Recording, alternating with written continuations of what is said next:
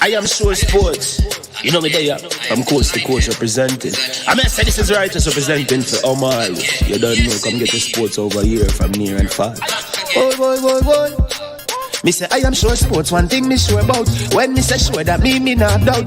Come get your sports, get it over here. Come subscribe, repost and share. I am sure sports, one thing me sure about. When me say sure, that me not doubt. Come get your sports, get it over here. Come subscribe, repost and share. If me not sure, that me not say it. Know who score, that me not say it. Never know no game play, that me not say it. If me never seen a game, me not know who play. For your sports news, better come over here so. For your soccer news, then come over here so. If you don't love sports, still come over here so. For the day done, you are gonna love over here so.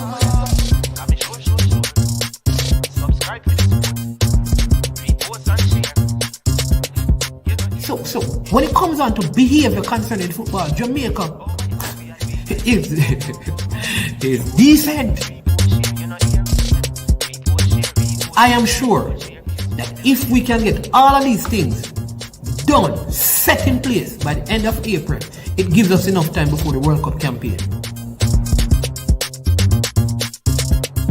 Not afraid of no Brazil, no Argentina with these crap of players. We are good enough. Remember, like, subscribe, share. Listen, comment, let me know what your thoughts are. Made up of 18 Jamaican herbs and spices, add delicious, bold flavor to your next grilling experience. Flavoring sauce, a marinade, basting, condiment, or topping. Trick Nick Jerk Barbecue Sauce. Trick Nick Jerk Marinade gives your meats and vegetables authentic Jamaican jerk flavor. The spices are directly from Jamaica. Spices like jerk seasoning, allspice, Scotch bonnet pepper, fresh scallions, thyme, ginger, and garlic. The key ingredients to a great jerk marinade. 0% sugar and low in sodium. You want to try it? William Knibb Memorial High School D-Cup Alumni presents its third annual fundraising barbecue on Memorial Day, May 30th, 2022. Wear your favorite jersey to Wilsonwood Park in Mount Vernon, New York. Remember to take exit 12 off the Hutchinson River Parkway.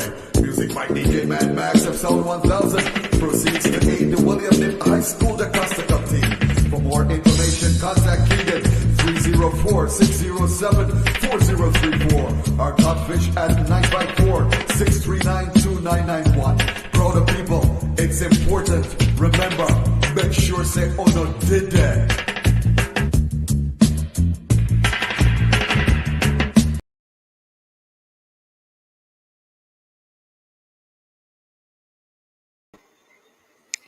All right. Greetings. Good evening. Welcome to I Am Sure Sports. I'm your host, Manins Man. And it is indeed my great pleasure to have you with me this Sunday evening. Hope all is well with you. Hope you have had your rice and peas and some chicken, or your ackee and saltfish and some boiled dumpling with some yam and banana. Sweet Jamaica. Now, if you, I don't know what you had for dinner, but if you have not yet had something for dinner, don't worry yourself. This is going to be so good today that you're going to not miss having your dinner. All right. We have a very, very inspirational, informative interview lined up for you. We'll be having Coach Andrew Edwards. I've worked in the Turks and Caicos Island. He was a technical director over there, worked with Jamaica under 17, under 20s, worked at St. Elizabeth Technical, working at Manchester, runs an academy down there that's doing very well in Manchester now, coached at Manchester High. And he's going to talk to us a lot about football philosophies, ideas. He has had some articles dating back to 2011 about the restructuring of Jamaica's football. We're going to discuss all of that. But I have some very important information to share with you, right? You heard that William Knibb, little promo we played. William Knibb Memorial High School, they're having an event. You heard it in the promo, and at the end you'll hear it again. And you can support them. It's to help finance their Costa Cup team. And Russies is also doing something similar. They're building dormitories, a world class, they say, sporting complex they're trying to set up at their school down there at Rossi's High School. So if you listen to this platform and you don't know much about them, you can follow them at the Rossi's Bro Sister Foundation. That's what they call it. They're doing a lot of work. So Rossi's student can follow them. All right. Thank you to every one of you. I see Shem J in the building. It's been a while, Miss Shem J, the busy one. When you don't see her, she's busy making money, money, money, money. You know, more than the Maca Diamonds. You understand me? Right? She making money, not Maca Diamond kind of money. Monies that can buy diamonds. You understand me? So big up and so good to see you. The early JPL game today saw Mount Pleasant and Cavaliers playing to a team 0-0 draw, and Montego Bay are 0-0 at this present time in their game against Harborview. Welcome to all of you. Listen, we are like 20 subscribers away from 3,000 subscribers, and that is so awesome given where we started. So looking forward to having you. Want to also big up all the other vloggers, who are in the building. I see Coach Minzy from the coach's desk. I don't know how Coach Minzy is managing, because track and field hot like fire right now. So I don't know how he's going to the football show when he's a track and field, man. Big up the Formula Sports as well, the man who has the formula, for all that is going on. Fresh got always in early. Kevin Reed, bless up, man. Big up yourself. Kems, the voice, the man who hosted a big debate over there on Sports Frenzy last night. You understand me? And we also have Gunners Boss in the building. You understand? I don't know what he's saying. So what good with Jamaica family? Favorite rice and peas with chicken back. What kind of chicken back? Not a chicken back around here. We only deal with chicken. We don't deal with no back. At Jamaica this, we don't deal with back. You understand me? Jamaica don't deal with back. We take that out of our vocabulary. Yeah. But looking forward to a great interview. Our guest is here. Listen, I also want to introduce you to our merch, right? This is how we're doing it now, and we're going to tell you why, right? Look at it. This is... All right. Sneak preview. So let me explain this to you, right? This is a very special thing that we're doing, right? So we have only made 22 because we are in the year 2022. So we only have 22 for the Jamaican market, 22 for the market in the United States, and 22 for the Canadian market. The ones in the United States will be there by next week, and then you can get it by special order. All right. The ones in Jamaica, they're already on sale, and we have around 10 remaining. All right. So here's what it is. You see, it have the I Am Sure Sports in the back. We have V-neck and we have round neck. It's not T-shirt. It is actually like a jersey. So if you know the material that makes like the Manchester United jersey, it is that kind of material that is used. So it's not a T-shirt. So they're a little bit more expensive than your normal T-shirt. And the only you and 21 other persons will be wearing this shirt. When 2023 come, we'll be making 23 special edition. All right. And the secret to this is at the top right hand is where you get to brand it. So say your name is Fresh God or Shem J. You just put Shem J right there and it's branded like that. So bam, check it out. You understand me? So that's what we want you to see our merch. You just hit up the I Am Sure Sports number 876-373-6449 and we will connect you if you want a shirt to purchase. Don't ask the price, just make the order. That's how we do it. All right. Our super chat and our super sticker work, so you can just be a support to the channel. We have the big coach in the building. I'm going to introduce and invite him right now. Here he is. This is Coach Andrew C. Edwards. So the CPP, if you don't know, stands for Coach Champion Edwards. All right. Good evening, Coach. Yeah, good evening, Marins man. Greetings, a pleasure. Thank you very much for having me, and blessings and respects to all of the people on the call tonight. Wonderful. So happy to have you. And I know this is going to be a stimulating, informative. I've read your article, and people, if you have not, you need to go Coach Andrew Edwards and see some of the articles about the transformation of Jamaica's football. This interview will have to be over like 3 parts to cover just what is in one of those articles. All right. So we don't know how it's going to work. Just to cover one of those articles will be one interview. All right. So, but read the articles. We're going to try to bring up as much as possible from it. So, Coach Andrew Edwards, the floor is yours. Why don't you begin by talking to the people about your initiation into football, in particular coaching, all the way up to where you are right now, and then we'll take it from there. All right, thank you very much. So I actually played schoolboy football for my alma mater, Teachfield High School. Played at the under 16 level. Never actually played the Costa Cup, even though I was a part of the team for 2 years. So in my first year of the team, from all indications, I would have been a starter. Got injured exactly 1 week before this first game of the season, tore my hamstring, and never recovered for the rest of the season. And in the following year now, we had a lot of people who had sat out the year before, and some people came up from the under 16.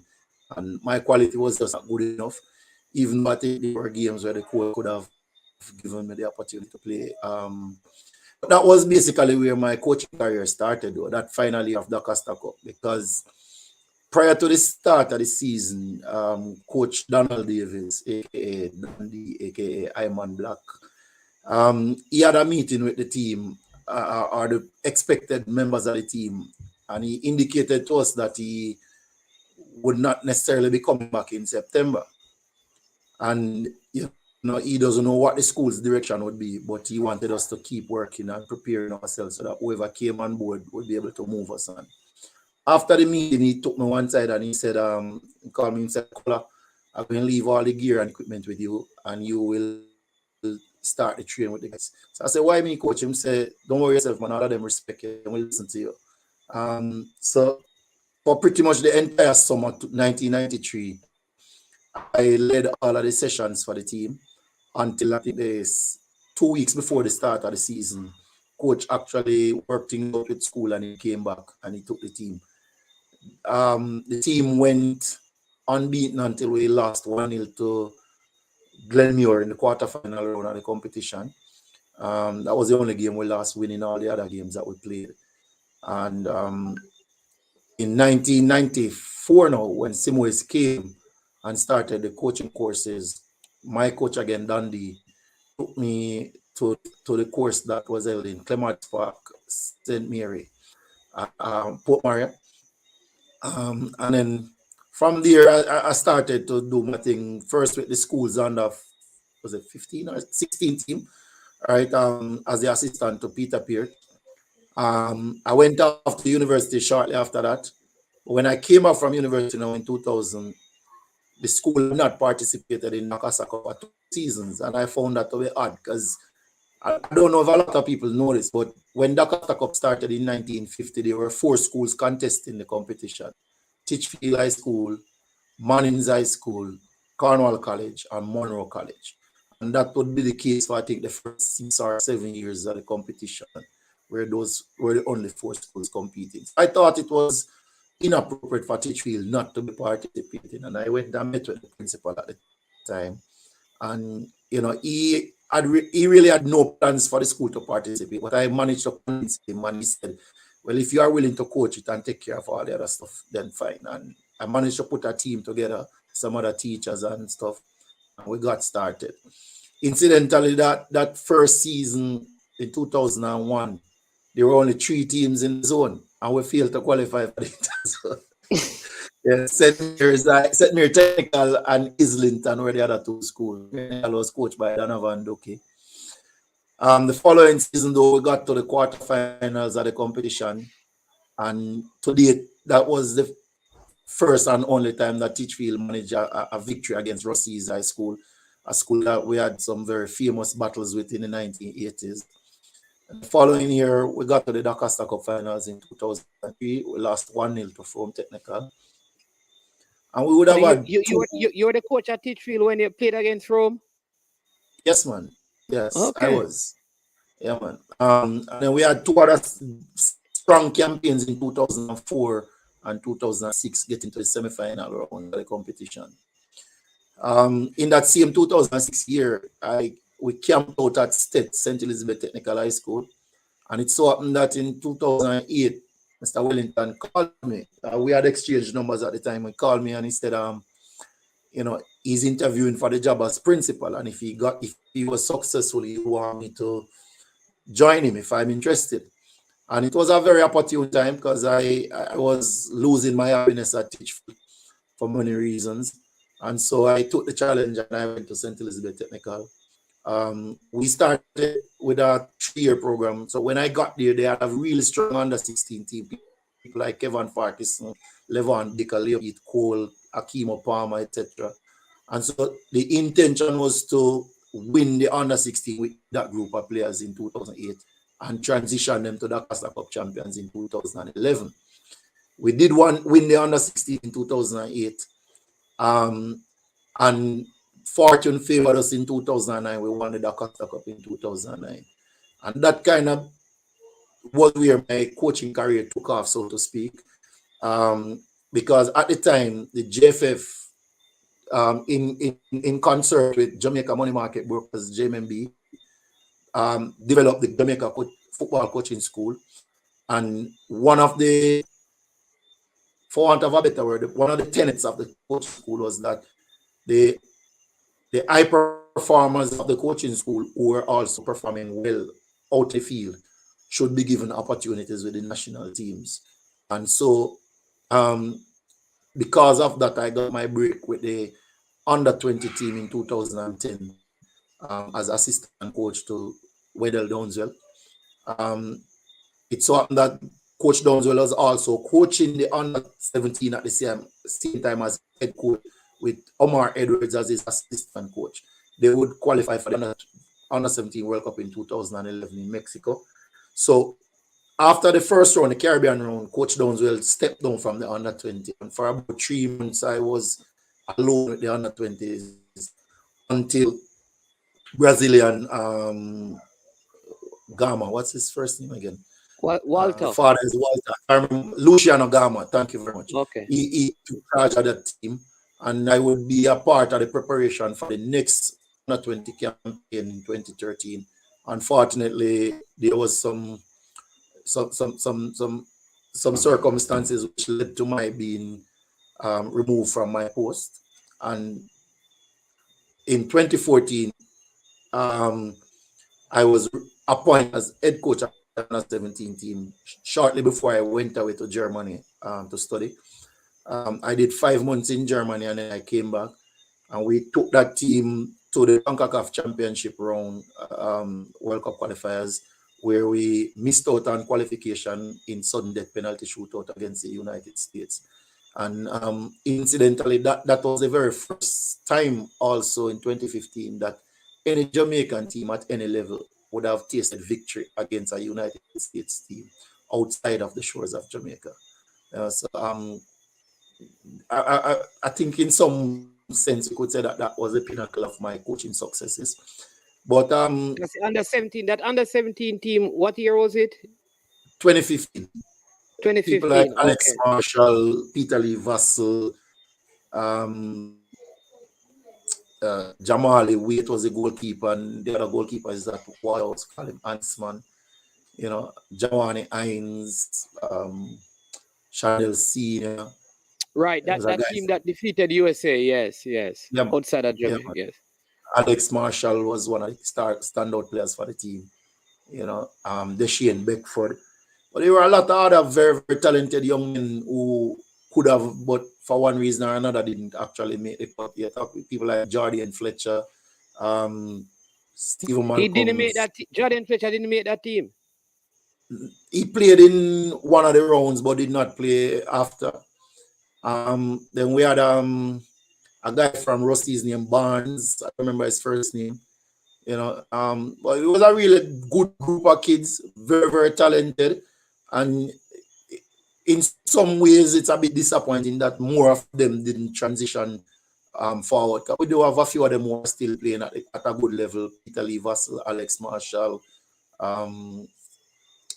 Ajani Talbot is still playing at the Premier League level. and Deshaun Beckford is playing in the USL. Nathaniel Adamaluken is also playing at the USL level, and there was a kid at Red Bulls, New York City Red Bulls. I don't remember what happened to him, but the last time I heard about him, he was having some trouble with the law. But he was also one of the standout players for us in that campaign. We had 3 quote-unquote foreign-based players in that group. The other guy from Florida, I remember his name right off the bat now. Hammond. Hammond is his surname. I think it's Jalani Hammond is his name. His father went to Excelsior.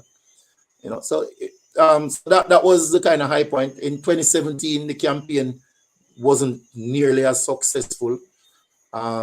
We got to the CONCACAF stage as runner-up the Caribbean Championships, and we had a very tough draw, quite frankly. And the preparation wasn't nearly as good as it should have been, certainly not compared to the previous campaign.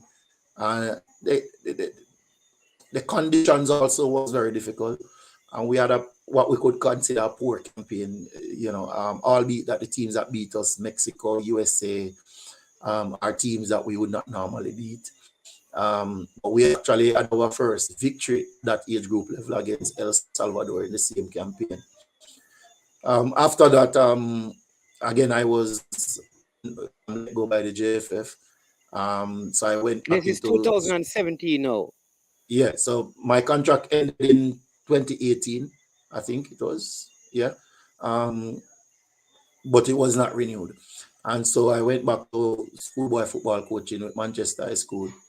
Actually, I was coaching Manchester High School also in 2017. We started in 2016. Had some measure of success. And at the end of the 2018 campaign, I got the offer to become technical director in the Turks and Caicos Islands. An offer I couldn't refuse, especially given that it was an ambition of mine to be technical director of JFF from as far back as 2012. So when that opportunity... I thought you were going to tell us that, boy, the money was so good you couldn't refuse it, but it's because you want to be technical director. Yeah, man. You see, in football, the technical director is the one who leads the technical vision, and for all intents and purposes, I kind of see myself really suited to that role. Someone who has a natural knack for visionary kind of thinking, for structural development and that kind of thing. So my first desire for that kind of job came when I studied in Brazil for 1 month with people like Andrew Price, Vassal Reynolds, Calvin Shaw, who is now deceased, a couple of guys from Trinidad. One of them is Jamal Shabazz, and some guys from St. Vincent, I think. So when I had that exposure, and I also had the opportunity to meet with Professor René Simoes and have lunch with him during that time. And I was convinced then that is the job that I want to give my biggest contribution in. Having said that, when I went to the Turks and Caicos Islands, it was really a big blessing in disguise in many ways, because what I learned, or what I was allowed to operate, I know for a certain fact I would not have gotten that opportunity in Jamaica. So to give you a little context, Turks and Caicos is a very small country. Population-wise, about 40,000 people, with just under 1,000, either side of 1,000 people involved in football at all levels. Yeah. You compare that to, say, for example, Manchester, where I live. You're talking about some place that would literally lost in Christian Spaldings in terms of population and even some of the economic and commercial activities. So it was quite small, and that enabled me to do quite a bit and to not be so pressured while I learn the ropes of the job. So now I am at a stage where I feel as though, if and when Jamaica should come calling, I'll be much better prepared. And if life takes us to somewhere else, I'll also be better prepared, to just give some of the highlights of those accomplishments while I was in the Turks and Caicos Islands, was able to introduce a proper school football league for both boys and girls. Totally revamped the Premier League men and reintroduced the Premier League for women. Totally reshaped and reorganized the grassroots program across all the islands.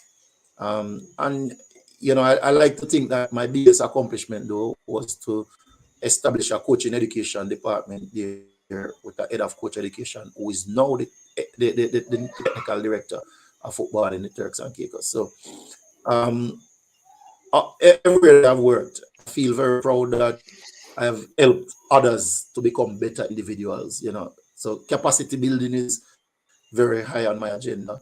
And, you know, when you look at Rambo at States, for example, Omar Wedderburn, with all his success, he was my assistant when I was there.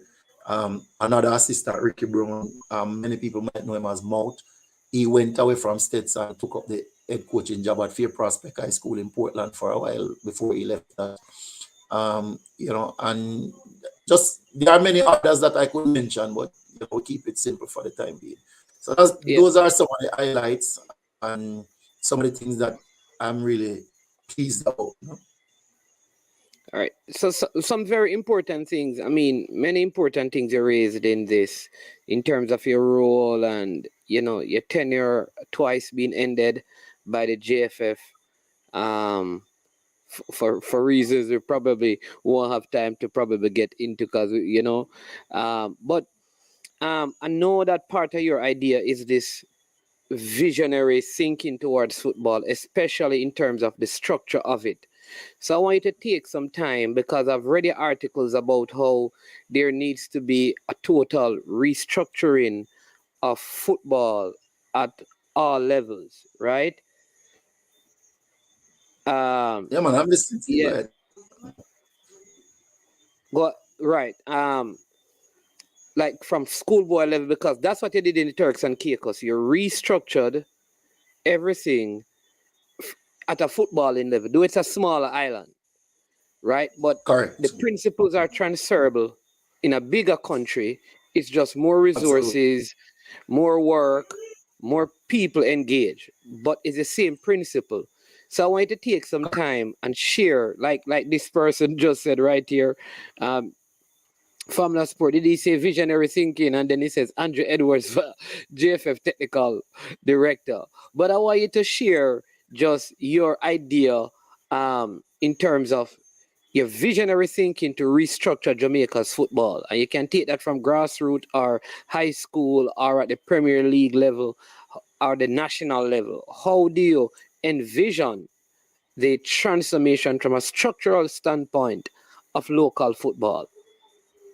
All right, so a lot of credit has to be given to the current GFF, because while the public may not know a lot of the things, some of those changes are actually being manifest right now.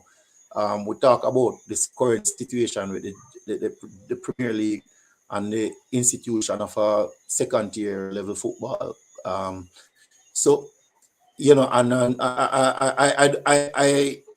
I am aware, not in details, but just what you call it now, words on the ground, that there is a big grassroots project to be rolled out soon. So I'm looking forward to that with great anticipation, especially since I do run my own academy, Genesis Football Academy here in Mandeville, Manchester. But you see, the way I see it, right, the end goal of every football association is to qualify for the World Cup, get to the World Cup, and to be competitive. Now, like everything else in life, it's not flip a coin and get there. There has to be a process that gets us to that landmark, right? Now, we were very blessed and fortunate in 1998 to qualify for the World Cup. We had a strong players. We had a remarkable coach in Professor Ernest Moyes, and an excellent leader and visionary in the shape and form of the late Captain World. However, that is not a sustainable model, as we have seen. We are now in what, 5 or 6 World Cup cycles where we have not even come close to qualifying for the World Cup. Now, so when I started doing my research back in 2011, and one of the and I want to just give a quick shout out to the Jamaica Observer, because they actually has been the platform that has given me a space to share my thoughts and my ideas. So big up Beanie Man. Don't worry yourself, man. You have I Am Sure Sports now, right, along with the Observer, and you have you yeah, give understand thanks me. Science Yeah, Sports as well. Yeah, yeah, so and you have the coaches there who watching and the Formula Sports. So more platforms out there. So don't worry, but go ahead. yeah, man. So in 2011, I did an article where we talk about restructuring the football in Jamaica, and that was based on a single premise that at the time I was living in Santa Cruz, St. Elizabeth, as coach at States, and in the St. Elizabeth Major League, there were 4 teams from on a stretch of road that's about 5 miles, if not less, that run over to Mountainside. So we're talking about teams like Mountainside, Rastabstop, and there was a 4th one. I don't remember the name right now. All right, I was looking at it. Every time we went to Major League team, these guys were struggling. So the idea came about now that this is not a sustainable model. So I went ahead and I did some research, and I found that outside of England and Brazil, there's no other country in the world that has nearly as many clubs as Jamaica who are competing with the intention of getting to the Premier League. So, and that is important. Hold on, let me get that again. Hold on, because there's a little freeze. Let me understand. Outside of England and Brazil, there's no Correct. other club in the world that No has other as many country. clubs. Country No, in the world. right, Country that has as right. many clubs as in Jamaica, As Jamaica competing. Whoa. to get at this level. So you have a lot of other countries with many more clubs, thousands more clubs, but they are what you call like grassroots clubs, recreational clubs, etc. But when you come to what you would call a professional tier, professional pyramid, you don't have that many clubs. So take a country like Uruguay, for example, who has won the World Cup twice already, right? That country has, don't hold me to it because I have not gone back to those notes in a little while, but I think it's 43 clubs in Uruguay. And it's instructive to pay attention to this, because these countries like Uruguay, Chile, in South America, Paraguay, they have populations and economies that are pretty similar to ours, right? It's not very far. So when you think about the development of the football management, you have to think about, the financial resources and the population resource, the human resource. Now, when you look at, say, for example, Manchester, where I'm living now, they have, I think, 26 clubs in the parish. Now, if you divide that by the total population of the parish, we're talking about approximately 3,200 persons available to each club.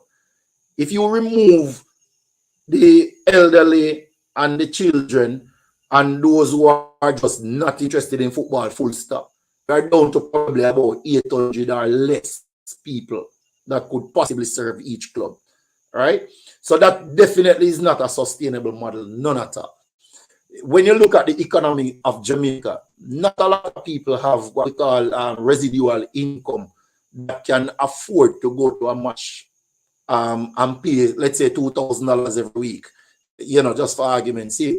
So we need to get to a place where the clubs, the number of clubs in the country who are in the what we call the elite pyramid, right? So just to bring an understanding to it, in football, in the technical department, we talk about 2 pyramids. You have the elite pyramid and you have the grassroots pyramid, right? So in the elite pyramid, in my humble opinion, we shouldn't have more than about, say, 48 clubs. And that is stretching it, to be honest. Because if you want to be really, really competitive, we should be down to probably about 36 or so clubs, right? That is how I see it. Now, in 2011, I was party to a proposal that was written and was being tabled to the various parish associations before I was relieved of my duties. And many of the ideas that are coming out now in terms of the Tier 2 competition and the Premier League are ideas that would have been written down in those documents from then. Every club that is serious must be operating as a business. It must be registered with the Registrar of Companies and have a proper structure. And that structure must have your business side, your technical side, and other sides. So maybe I have 5 different arms to it, I think, right? From the technical side, where I am very keen and interested mostly, right? You must have your top tier team. And below that, you need to have a minimum of 3 or 4 youth teams. And you must also have a grassroots system in place. That is my opinion of it. Because as I was watching a video with Errol Stevens the other day, and he was talking about the economic situation of players after they leave the league and so on, and that contributing taxes and so on. And one of the points that he made, which was very, very what will you say now? Catching, right? He said that regardless of how the clubs may complain, all of these clubs have been operating for a very long time. And as far as he knows, nobody is operating for a very long time if there's nothing in it for them. And that's very instructive. Yeah. So we want to believe that all our clubs have ambitions of making profits and selling players overseas and so on. So if that is the case, then we need to have now a pyramidal structure starting with the grassroots, where clubs should be looking to have hundreds of kids 12 years and younger coming through into their youth teams and then matriculating into their top tier teams. And I believe if we have something like that with probably 2 or 3 national competitions, similar to what happens, say, everybody know England. So let's say England. So you have the Premier League, then you have the championships, and then you have what comes below that again? League One and League Two and so on. We don't have the need for all of that. So you could have said we already have a Premier League, so we now have a championship and maybe a League One. Yeah. And that, in my opinion, would negate the need for the various parish competitions. And one of the arguments that I wrote in that article back in 2011, at the time, just by trying to ascertain what the sponsorship monies were for the different parish associations, schoolboy football, some corner league projects, etc., blah, blah, blah, we came up to what I like to call a guesstimate, a best guesstimate, that at that time there was about $1 billion being spent in football annually in Jamaica. All right. Now, imagine if we were able to consolidate all of those sponsorship monies to better serve, let's pick a number, 40 clubs in 3 tiers of football.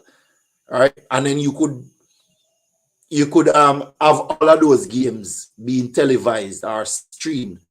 For example, nowadays it is so easy to stream games live. You know, you could literally, like swing, for example, it is written into the league regulations that every club must have a camera setup that records their games, and those games must be shared with the opponent.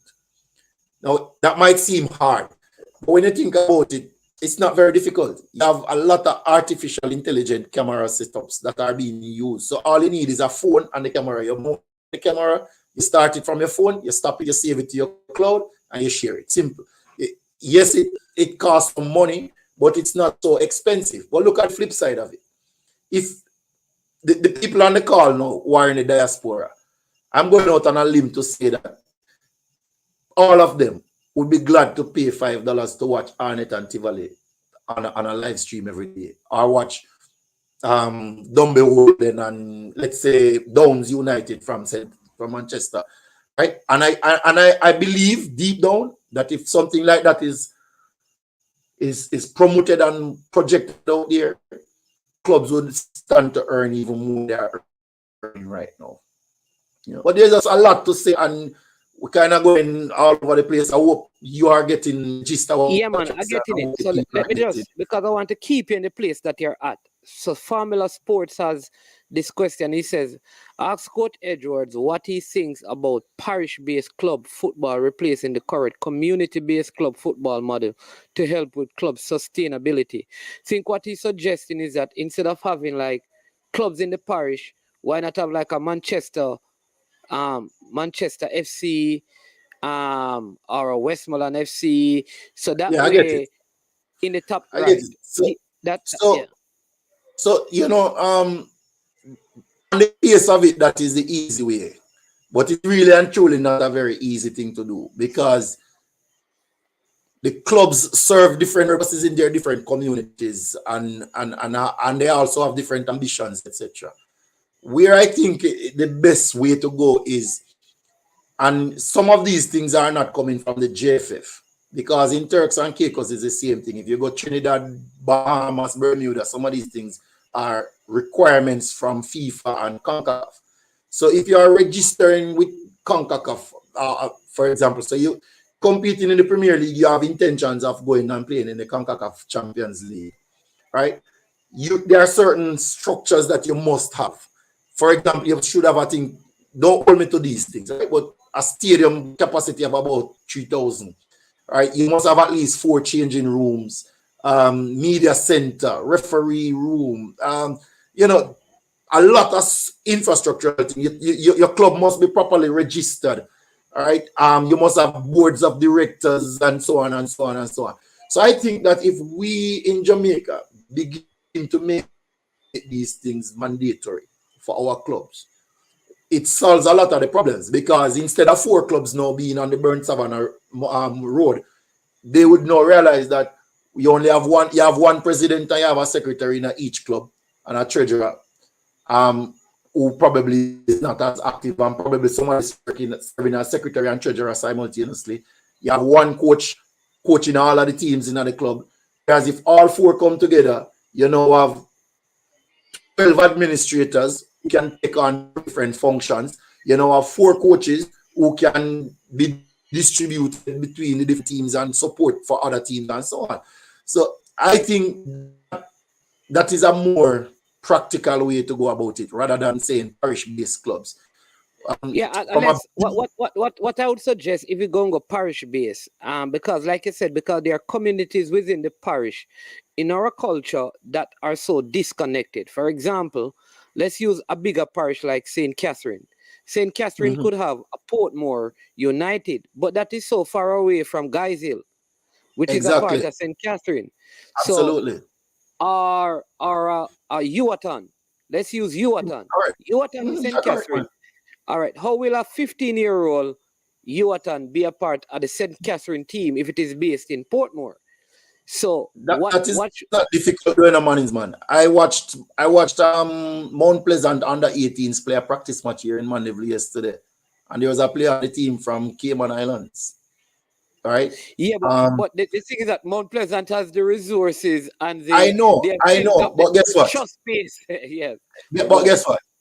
You see, Mount Pleasant is really on a limb by themselves out there, so to speak, right now, right? But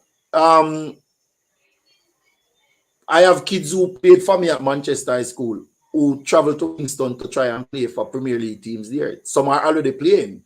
Right now, Cavaliers have about 3 or 4 former Manchester High School players there.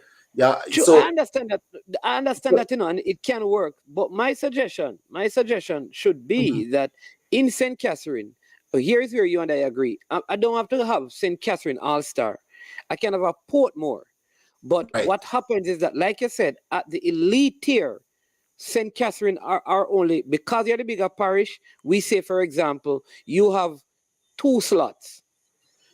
That, in other words, only 2 teams from St. Catherine will be able to participate in our elite tier. Say 2 from Kingston and St. Andrew, right? So 1 may be in it now, but they can get a next one. A smaller parish like St. Mary only get 1 slot. Correct. You understand me? But it don't have to be like St. Mary FC. It could be Highgate. Correct. It could be one of those teams. Port Yeah, Murray, correct. whatever the name. But in the parish, it must be parish based. So therefore, in your championship competition, you do the same thing, and in your League One, you do the same thing. Correct. So Correct. you would have like 16, 16, and 16. Correct. So you end up Which with would make you 48. So your total elite clubs are 48 clubs. But every parish gets distribution of clubs based on their size and also right. business. And not just geographic size, but also the population and economic size. And Because, economic for size. example, yeah, so for example, easily, if you're doing something like that, about 48 teams, then probably 12 to 16 of those teams could come from Casafa. You understand? Because yeah, over all 3 tiers. So you could yes, have of course. Yeah. But St. Mary, recently St. Mary was, up to 5 years ago, I think they were one of the poorer parishes based on the from Statin. So therefore, just economically, it wouldn't be prudent to have like absolutely correct. 4 teams there. Casafa has all the business places, they get more. Same thing with Hanover. The population size is so small. They probably just get 1 slot. Correct. St. Thomas, Portland, so you're on what we're thinking. But you see, I really don't know what is happening now at the JFF, but I believe that eventually we are going to get to something close to that though. Because if you have all of these criteria that clubs will now have to meet in order to participate and compete, then naturally some are going to make it and some are not going to make it. You understand? It's just natural. But what would be more important though, if clubs can be more deliberate. So for example, in 2001, when I went back home to Portland from university, I was the 3rd vice president of the Portland Football Association, and Burchell Gibson was the president at the time. And I proposed to him that there were far too many clubs in the parish. At the time, I think there was 26 clubs in the parish, right, in two divisions, and we had a decision made at the board level that if I could go out and convince the clubs to merge the following season, which would be 2002, then we would go that direction. I was able to do it. I took bus and went around the parish and managed to merge the clubs. At the time, Buff Bay, which is now Portlanders FC, had 2 other clubs competing in the same geographic space. One of them, I think, was Raiders. I don't remember the other one name. So we got all of them to merge, right? Then you had Oak Bay, Snow Hill, Norwich. We got those to merge.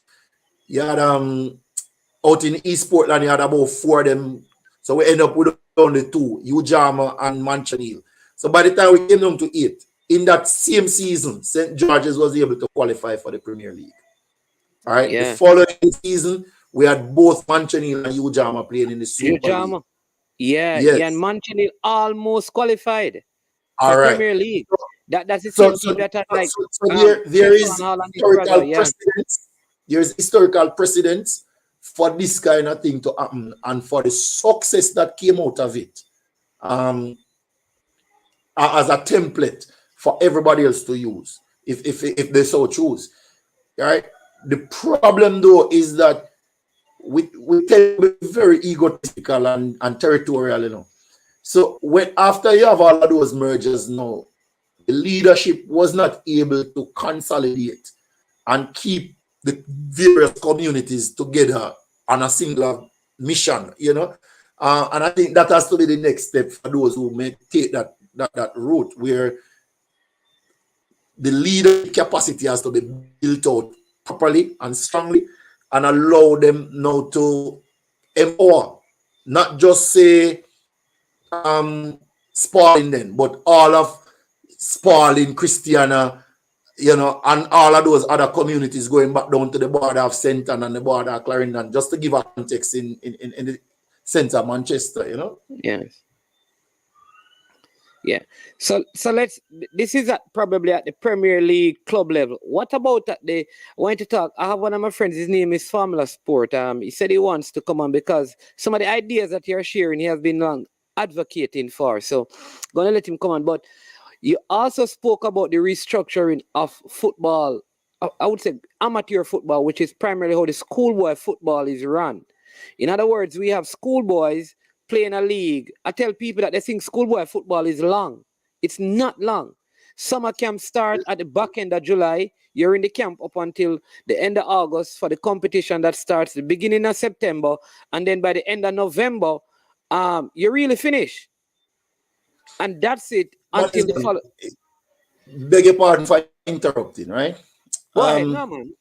So in technical language, we have a thing what we call football age, which is essentially the number of years that a player has been playing the game and been exposed at a particular level. When I was coaching the Jamaica under-17 team, that was a clear disparity with our players. So CONCACAF, like all the regional bodies in FIFA, they do what they call technical surveys or technical studies after every tournament. And from time to time, as a head coach, and when I was technical director, I have to participate in some of these things. Excuse me. Now, on average,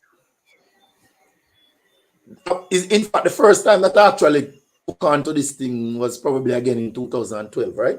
But let's look at it. On average, a kid who is playing for a school, like say, for example, Mile Gully in Manchester, right?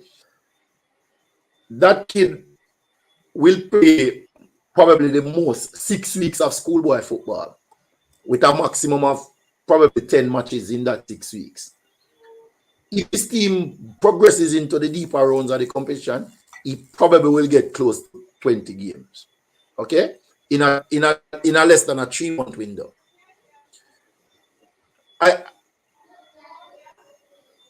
FIFA did a study some years ago, I think about 2014, and they came up with some recommendations that speaks to the minimum number of games that elite youth players should play per year. For example, an under 14 kid should be playing about 40 games per season. All right, when you get up to under 18, you're talking about closer to 50, 60 games per season. All right. When you look at our schoolboys, schoolboy football can only give a player the maximum 23 games per season. So unless that player plays club football, he's missing out on a significant percentage. Whoa, so right? That is why our players are underdeveloped. They're playing way less football than their counterparts. Their game intelligence, their understanding, all of those things are diminished as they get older as well. Now, I am very happy that Friday when I was on your program, I saw Mr. Speed talking about some elite youth football that should be coming on stream. Hopefully that will fill that gap. You know, again, not to feather my own cap in any real way, but back in 2014, we made a presentation to Digicel to do an elite youth football at 3 age group levels. They ended up deciding to do just 1 age group, which was the elite under 18 competition, which I think it ran for 2 years. Right? Yes. A little bit unfortunate because I believe Digicel could have gotten a lot much more out of that opportunity. And had they stuck with it and were we able to convince them to stay with it and the Jeff invested their portion, we would be reaping significant benefits from it. You know, I'll close out this point by just saying that a virgin of mine that went to high school together, now living in England, his son, 7 years old, plays for Stoke City. And just 2 weeks ago, he sent me the result card for the season. They played 37 games for their season, right? And made it to the semifinals of the competition. 37 games at 7 years old. Now, obviously, they don't play 37 games over an entire year. In fact, they actually have 2 seasons. So if you put it together, that kid would be playing upwards of 70 games for the year at under 7 alone. Now, Under 7. there's another side to that. Yeah, there's another side to that though, because now we're looking at some new developments in grassroots football that saying they shouldn't be playing competitive at that level. Well, that's another matter, right? But the more fundamental point is whether they're playing for points or they play. As a matter of fact, they don't play for points. Exactly. So they don't play for points, but they play 37 games in the season. All right? Now just imagine if, say, Alex Marshall, for example, when he was playing under 17 for Jamaica, had already racked up 400 top-level football matches. How much better he would be, right? So that is where I would want to see our country get to, where we have strong youth football going, and by the time a player gets to 17 years old, he has already played upwards of 500 competitive games. That's where I think we should be aiming for. All right, I'm going to let Formula come on, but it's interesting that you raise this point because there's a little prep school competition going on in the area that I'm at.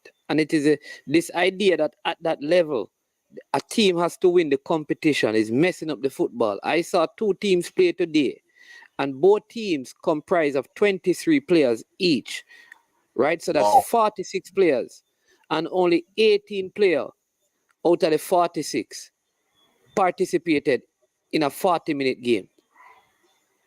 Well, even that is extremely wrong in management, because if you say prep school, you're talking about 12 years and under, right?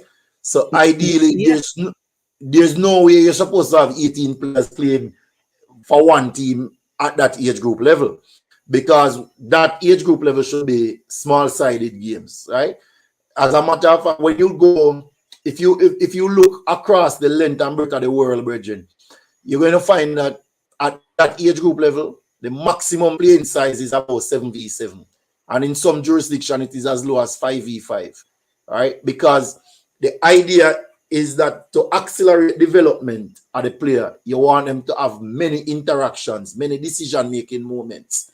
So when you have a 11v11, for example, you can find a kid who come off of the field, go drink some juice and come back and him stand up one place for 5-10 minutes and not touch a ball, none at all, All right? Whereas if you play 3v3 or 4v4, every 10 seconds at maximum, the players are making decisions. They are being involved. They're passing the ball, they're defending, they're attacking, they're tackling. They are constantly being asked to make decisions. Something that I hope to introduce for my own academy, something I saw from my friends in Sweden. At under 7, they play their league in almost like in a little mini Colosseum. So the ball never goes out of play. Because those kids can barely manage the ball, right? Already. But when you put them in a situation like that, the ball never goes out of play. In Germany, when I was there, up to about under 11, they play with what you'd call like backboards alongside the goal. So think about the size of a sheet of plyboard. You have something about that size on either side of a goal. So when you're attacking, you could literally kick the ball against that and play from that. So there are just many different things happening out there in the world that, I was listening to Jenny program, I think Thursday morning, and she was talking to a doctor man who was bigging up him teacher from primary school. And she was saying that the most important thing she said to him then was that is one of them St. James. I don't remember the name. So, but bottom line is she was saying that Jamaica is not the world, and this little community is not the world. We in Jamaica must recognize that we are not the world. And we can't just say we have always done it this way, so we must keep doing it this way. That is for utter garbage, to be quite honest. Right? Every single day, the game changes. The research of the game changes. When I started my coaching career, I remember there was an argument about if you score 1/3 of your goals from set pieces for the season, you're a top level team. All right? I never know it would have come to this now in 2022 where all of the elite teams in the world actually have a set piece coach. Yep. Actually have a set piece coach, right? Liverpool went even further. That a man who just coach throwing a loop.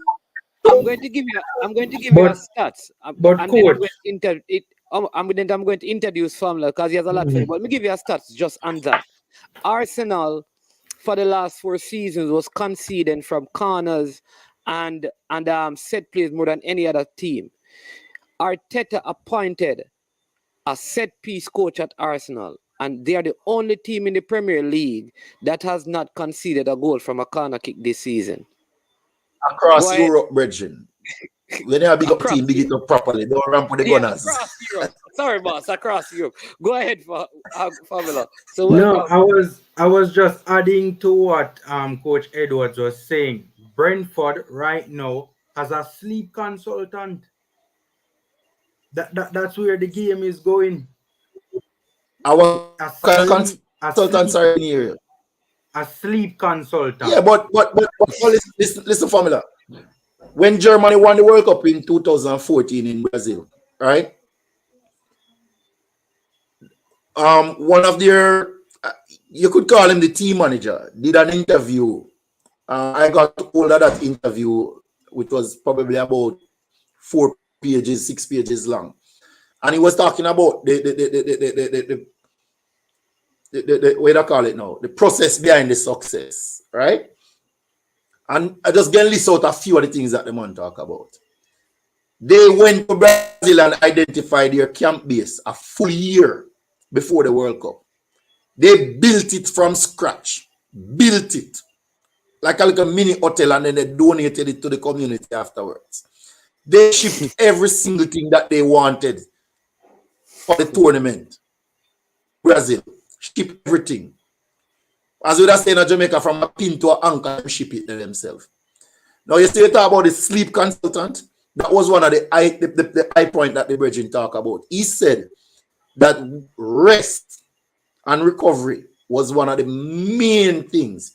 And they found that in their research leading up to the World Cup in 2014, that when they talk about rest, it's not just about lying down and sleeping, but it's having total rest, which means you turn off the light, you turn off all electronic devices. So you see, like, oh, we love to talk about we are go sleep and get a rest, but the TV still a play. With cell phone plug in and a run and all manner of things that happen. No. Rest means that you don't have no device running in your house.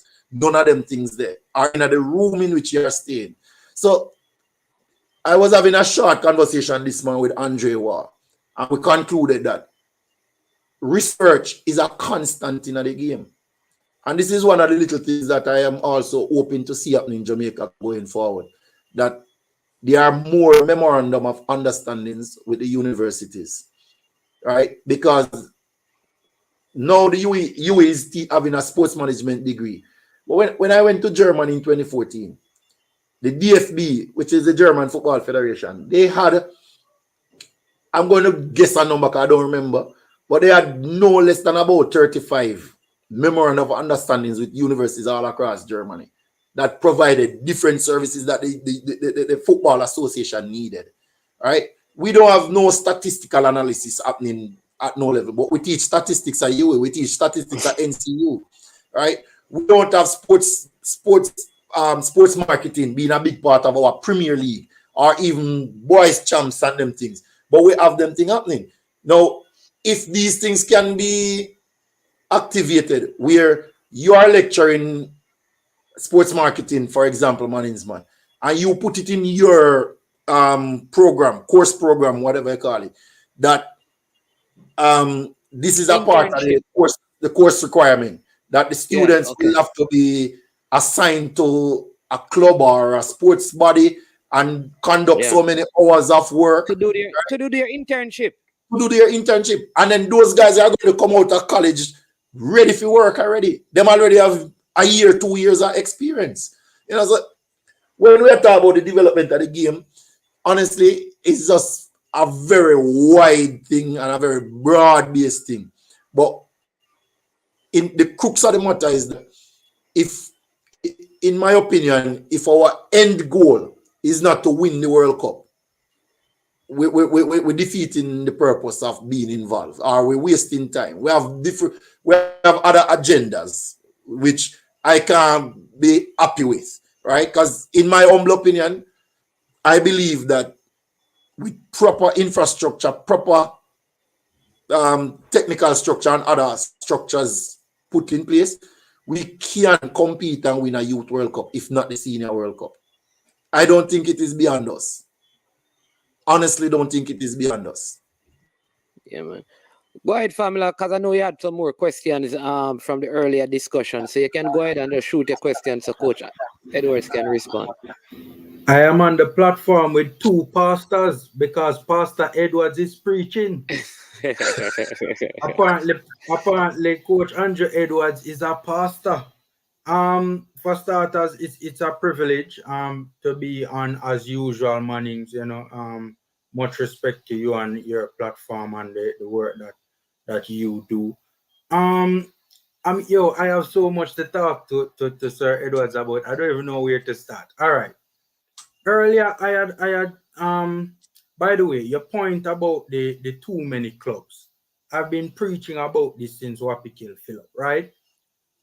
What is taking place is that it is putting a strain on the resources of the nation. So the financial resources are being spread too thin, and the human resources are being spread too thin. And because these resources are being spread too thin, these resources are not being properly concentrated to have as maximum effect as it possibly can have, right? So I mean, that is just, I agree with you 100% when you say that our entire football program needs to be restructured in its entirety.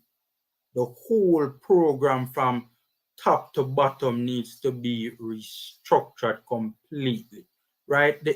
What we have right now, the structure right now that we have currently in place is archaic. It is archaic and it is decades behind our contemporaries, right? When I had asked the question about the parish-based clubs versus the community-based clubs, right? I was asking it from the perspective of generating interest in our club football locally. And when I say interest, I mean fan interest, right? Because I think that is key to every successful club, having that, a good solid home supporter base, right? So, for instance, which I'm trying to think of a club right now in a community. Let's say, for instance, Don Beholding, right? That is not a large community where population size is concerned, right? It's a small community. So when you have the league, the National Premier League, being filled with teams that are from communities for the most part, right? Yes, you have a Portmore and a Mobi, but for the most part, most of the teams are community-based teams, right? In my humble opinion, it disenfranchises a number, right? Too many people don't have that attachment to the league, right? Because you have, I don't know, 10 clubs in the Premier League that are community based, right? So it only has a strong appeal to a very limited amount of people. If you follow me, Coach Edwards. I follow you, and you're raising some good points. But watch this now. In the business of sports, the onus of responsibilities on the clubs to establish themselves, to widen their reach. So, for example, you have a lot of people in Jamaica who own or buy jerseys and other memorabilia from clubs all over the world, but they don't do it for their own local clubs. Why? And there's an ad running on TV that says something about people don't come to support your business just because you sell what them want, but also because how you make them feel, right? So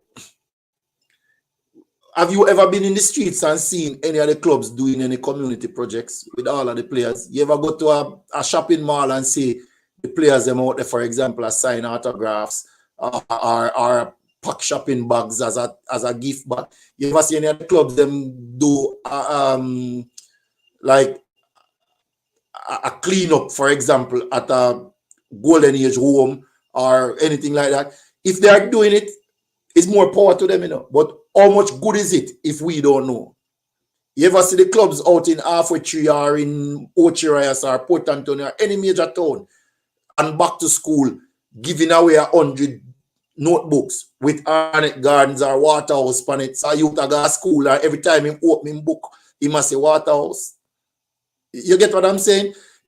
Is there a sign or a series of sign that tells you that you're on your way to Jerusalem? Right? The first time I got to Jerusalem, me last whole heap of time, you know. It's because me's not a man afraid to ask questions. Why me find it? You understand what I'm saying to you? So there's just so many things, and this is where we talk about the memorandum of understandings now, you know, and the broadening of the resource pool as well. Because 3 of us are on this call talking to each other, but we have a lot of other people on the call to communicate, right? But just imagine if this tree was 30 and maybe each of the 3 of us had a department with 10 people in it now, right? And then those other 10 people in our department are bring ideas to the table. I go do them research, go do them analysis, go do them evaluation of projects that we implement already and see if this is the right way to go. Too many of our football clubs or whatever is the right name to call them are not being run in a way that is sustainable and forward reaching. Okay? Because there's no reason at all why all our clubs shouldn't have like a YouTube page, for example, where weekly content go up, just like where management and coaches desk do. Why they can't do that? Where people can interact with the club and talk and give ideas. There's just so many things that we can talk about. You get me? I said, but the substantive point formula is that if I am running Don't Beholden, I am looking to capture Spanish Town as part of my reach. But probably even as far as Old Harbour. So I have to do projects in these communities. Maybe have grassroots programs, right? In America, you talk to anybody who play USL or MLS in America. From time to time, them go do grassroots programs in our schools, in our communities. There's just so many things that we can do to make our situation better that we are just not doing. Coach Edwards, I think, all right. For me personally, I agree with you in terms of, yes, the clubs need to appeal to their community, you know, in a better way, right? And need to involve themselves more in their respective community. Yes, that's true. But on the other hand, I'm wondering to myself, how practical is it for individuals from, let's say, Spanish Town, right, to have a real connection with Don't Beholden? If you understand what I'm saying, they're not from Don't Beholden. Let me tell you why, formula. John Maxwell said this is in one of his books. People don't care how much you know until you know how much you care. In other words, here's the truth. And what Coach Andrew Edwards, I understand the point you're making, but what Coach Andrew Edwards is saying is so important, because before you ask for a person's hand, you have to touch a person's heart. And if the club can touch the heart of the community, then the people will come and support them. What do I mean by that? These are some things that the clubs could do. This was a time of the pandemic. The league just started. Have you gone to one of the schools and take some picture with the kids? Like I said, give them back some book, because those things make a difference. Because now people want to watch you on TV. It does make a difference. I think it is. Do I understand that? Yeah, how the man from this place gonna feel connected? But the onus is on some of the clubs to make the connection with the people, because you and I have people following us from all over the world. Why? Because they feel like we generally have a care for the things that they care about in football. So they join the platform. The clubs have the same power and leverage to do that, I think. So I think that's an important aspect. Like the clubs need to do more, but the amount of clubs need to be minimized, like we have been suggesting. But some of the clubs need to do more. But my question to Coach Andrew Edwards to you is some of the comments that I've been getting out of this is about your brilliant ideas and all of that. So my question, you have been a part of the national program, under 17, under 20, technical director in Turks and the Caicos, all right, Island, technical directors here. Have you engaged the Jamaica Football Federation to work in the technical department? Because I don't think we can have one technical director, but the technical department must be wider and broader.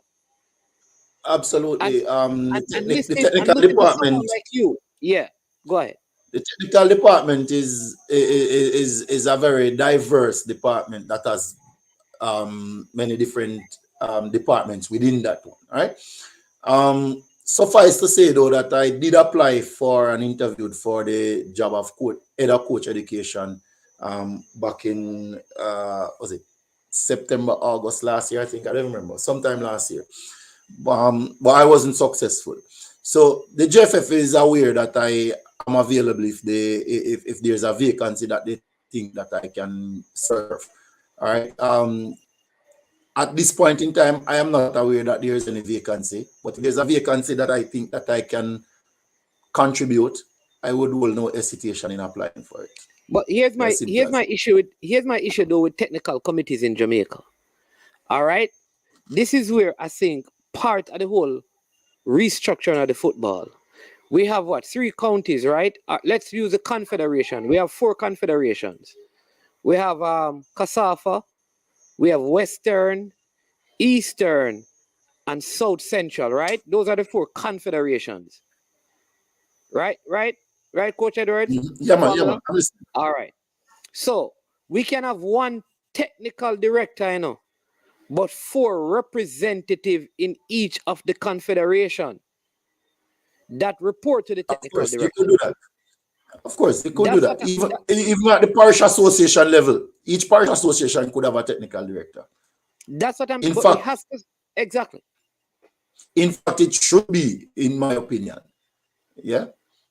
But everything takes time, and hopefully, the opportunity that I am having now on this platform, because one of the things I strongly believe is sometimes you don't have the platform to effect the kind of changes you want to effect, right? However, if you have a platform to share your ideas, somebody else might hear it and be able to move it forward.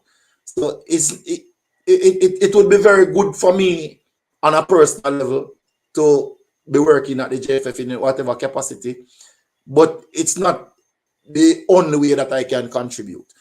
So an opportunity like this is still a contribution, in my opinion, because just like I was able to see that Mr. Speed was on the call on Friday with you, there's a good possibility that he's now watching the call, or he will get feedback from the call as well, and he's in a place of influence where he could take anything from this conversation that he thinks is worthwhile and put it to use, and he could also reach out to me if he so desire. All right. On a footballing thing, then I don't know if family have anything. So on a footballing level, right? So I've worked with a couple of prep schools because I like to work with kids. And I remember a particular competition was coming up, and I did the Coverse coaching program, and they have the 5S thing that they use, which is skill, speed, strength, sense, and spirit. You understand me? So I'm kind of saying like to them, listen, we don't have to win, because what I want to do is ensure these guys learn the proper skill, speed in the game, the strength of the game, the sense, the head knowledge, and to understand the spirit of the game. You know what they really wanted? No, they can't bother with that because they can't bother with the kids. Them a lose because they want to win the trophy. Now, this I think is the biggest hindrance to development in Jamaica. When you go in the States and you go and you see all of the games playing, is not except for the academies. When you go to the regular training with some people and their kids and all of that, at the early ages, it's not about winning the competition. It's about learning the rudiments of the game. What needs to happen to shift our system and our coaches into understanding that between 6 and 12, the objective is not to be champions, it's to make champions. All right, so that to me is a fairly simple solution, you know. All right, so if for example the JFF puts it into regulation that no competitive football should be played at age group level, it's a done deal. You understand what I'm saying to you? Now the JFF can do it one or two ways. They can do it as the authority body that they are, or they can do it through a series of consultations by looking at by sharing the best practices of the rest of the world with us, the local people, and saying, this is where we want to go. What are your thoughts? How can we adapt from here and take from this, take from that, and come up with something that suits the Jamaican environment? All right. Just yesterday and today again, I was looking at some, what do you call it now? Let's call it a regulation that the DFB is instituting for Germany come 2024-25 season. So long and short of it is that they are remodeling their grassroots football. So for example, at under 7, they are now moving to 3 versus 3 versus 4 versus 4 that they had in the past, and so on. And in some of the formats they're allowing the use of 2 goals. And in other situation, they are saying with competitions, we have festivals. This is something that the Calgary Football Association in Canada is already doing, right? And this is some things I was reading and watching videos up to this morning. So these are some simple ways in which we can go about doing it. But to effect change, leadership must act and lead, right? I can say without fear nor favor that the next Genesis football tournament that we host will not be competitive at that age group level. So what we will have is more like a festival. Everybody play, everybody get medals or certificates at the end, and there's no tables being kept, no scores being kept or anything like that. You just play for your 10 or 15 minutes. When it's done, you have another game, get on and so on, and it's over. Because I agree with this concept, and it's not just because it's so good, but you have to look at the countries that are instituting this and where it's taking them. Take a country like Switzerland, for example, right? Switzerland is now ranked number 18 in the world. 10 years ago, Switzerland was ranked 118 in the world. Right? I had the good fortune of sitting down and talking with the technical director of Switzerland on a conference call, and then I was able to get his email address and speak to him in private. These are not coincidences, brethren. These are practical. So in Switzerland, for example, they play 9 versus 9 at under 15 level, and it's mixed football, boys and girls together. So 11 versus 11 football don't start in Switzerland until U16, right? In most jurisdictions across the world, they start at like under 14, all right, for 11v11, all right? And FIFA, a lot of universities across Europe consistently produces research findings that shows you that to sustain the love of the game, and that is the most important thing, the love of the game. When kids come out to play, they must want to return, right? To accelerate development in the game, right? Kids need to be in an environment that accelerates, that causes them to have fun and to be involved in the game more frequently, making decisions, being in actions. So that is why the small-sided game is becoming even more important. All right, and take this now. The average age of championship teams, or sorry, let me rephrase that. The lifespan of a player at the top level is increasing. Why? Because players are making their breakthrough at a much younger age in increasing numbers. So, who are the star players at Arsenal now, for example? Bukayo Saka, 20 years old. Emile Smith-Rowe, 21 years old. Gabriel Martinelli, 20 years old. Martin Odegaard, 23 years old. All right. And Martin Odegaard has been playing top level football from him at 16. So he already have 7 years of football on his belt. 7 years. And to add to that, coach, to add to that, their careers are lasting longer as well too, because of course, the because of revolution in science and nutrition and rest and all these theater about different exercises, including yoga. Right. I watched some training videos with I think it is Wolverhampton Wanderers one time. And before they start, they had a yoga practitioner taking them through yoga exercises. Another club, them have a ballet dancer, them go to ballet dances before them go. We probably see ball up and feel at the ballet dance. Wait, what kind of man them you know? But these are things that people are researching and trying. When it becomes a success, it becomes practice. And that is why I believe that our sport or our universities can contribute a whole lot more if we can form partnerships with them. Does the ballet dancing help with their balance? That's the whole idea of the ballet dancing. It is balance, dexterity, just different appreciation for different muscle groups. But typically, you see, every exercise targets different muscle groups, different muscle memory, and all of these things. So ballet will cause you to move, more like a swan, light and whatever. So especially for like strikers and wingers and midfielders who are always in that kind of thing, that is very important for them to have that level of dexterity. It's a lot. It's really a lot. And I think the thing is that we can't have intellectual resource like this.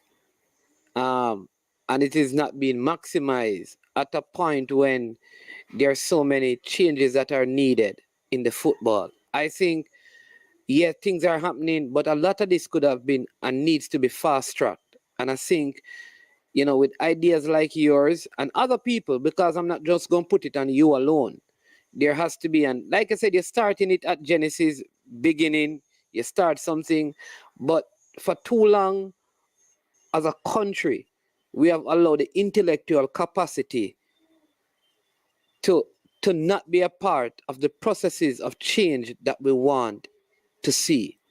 You understand me? So I listen to you speak, and I'm saying, how come we cannot find a way to have you integrated in the system to bring change nationally? That is the question. Well, The question is not for me though, right? No. But you understand. On a bigger level though, man. I am probably one of those persons who have the platform to talk and not afraid to express myself, whether in print media or on radio or television or on an internet platform like this.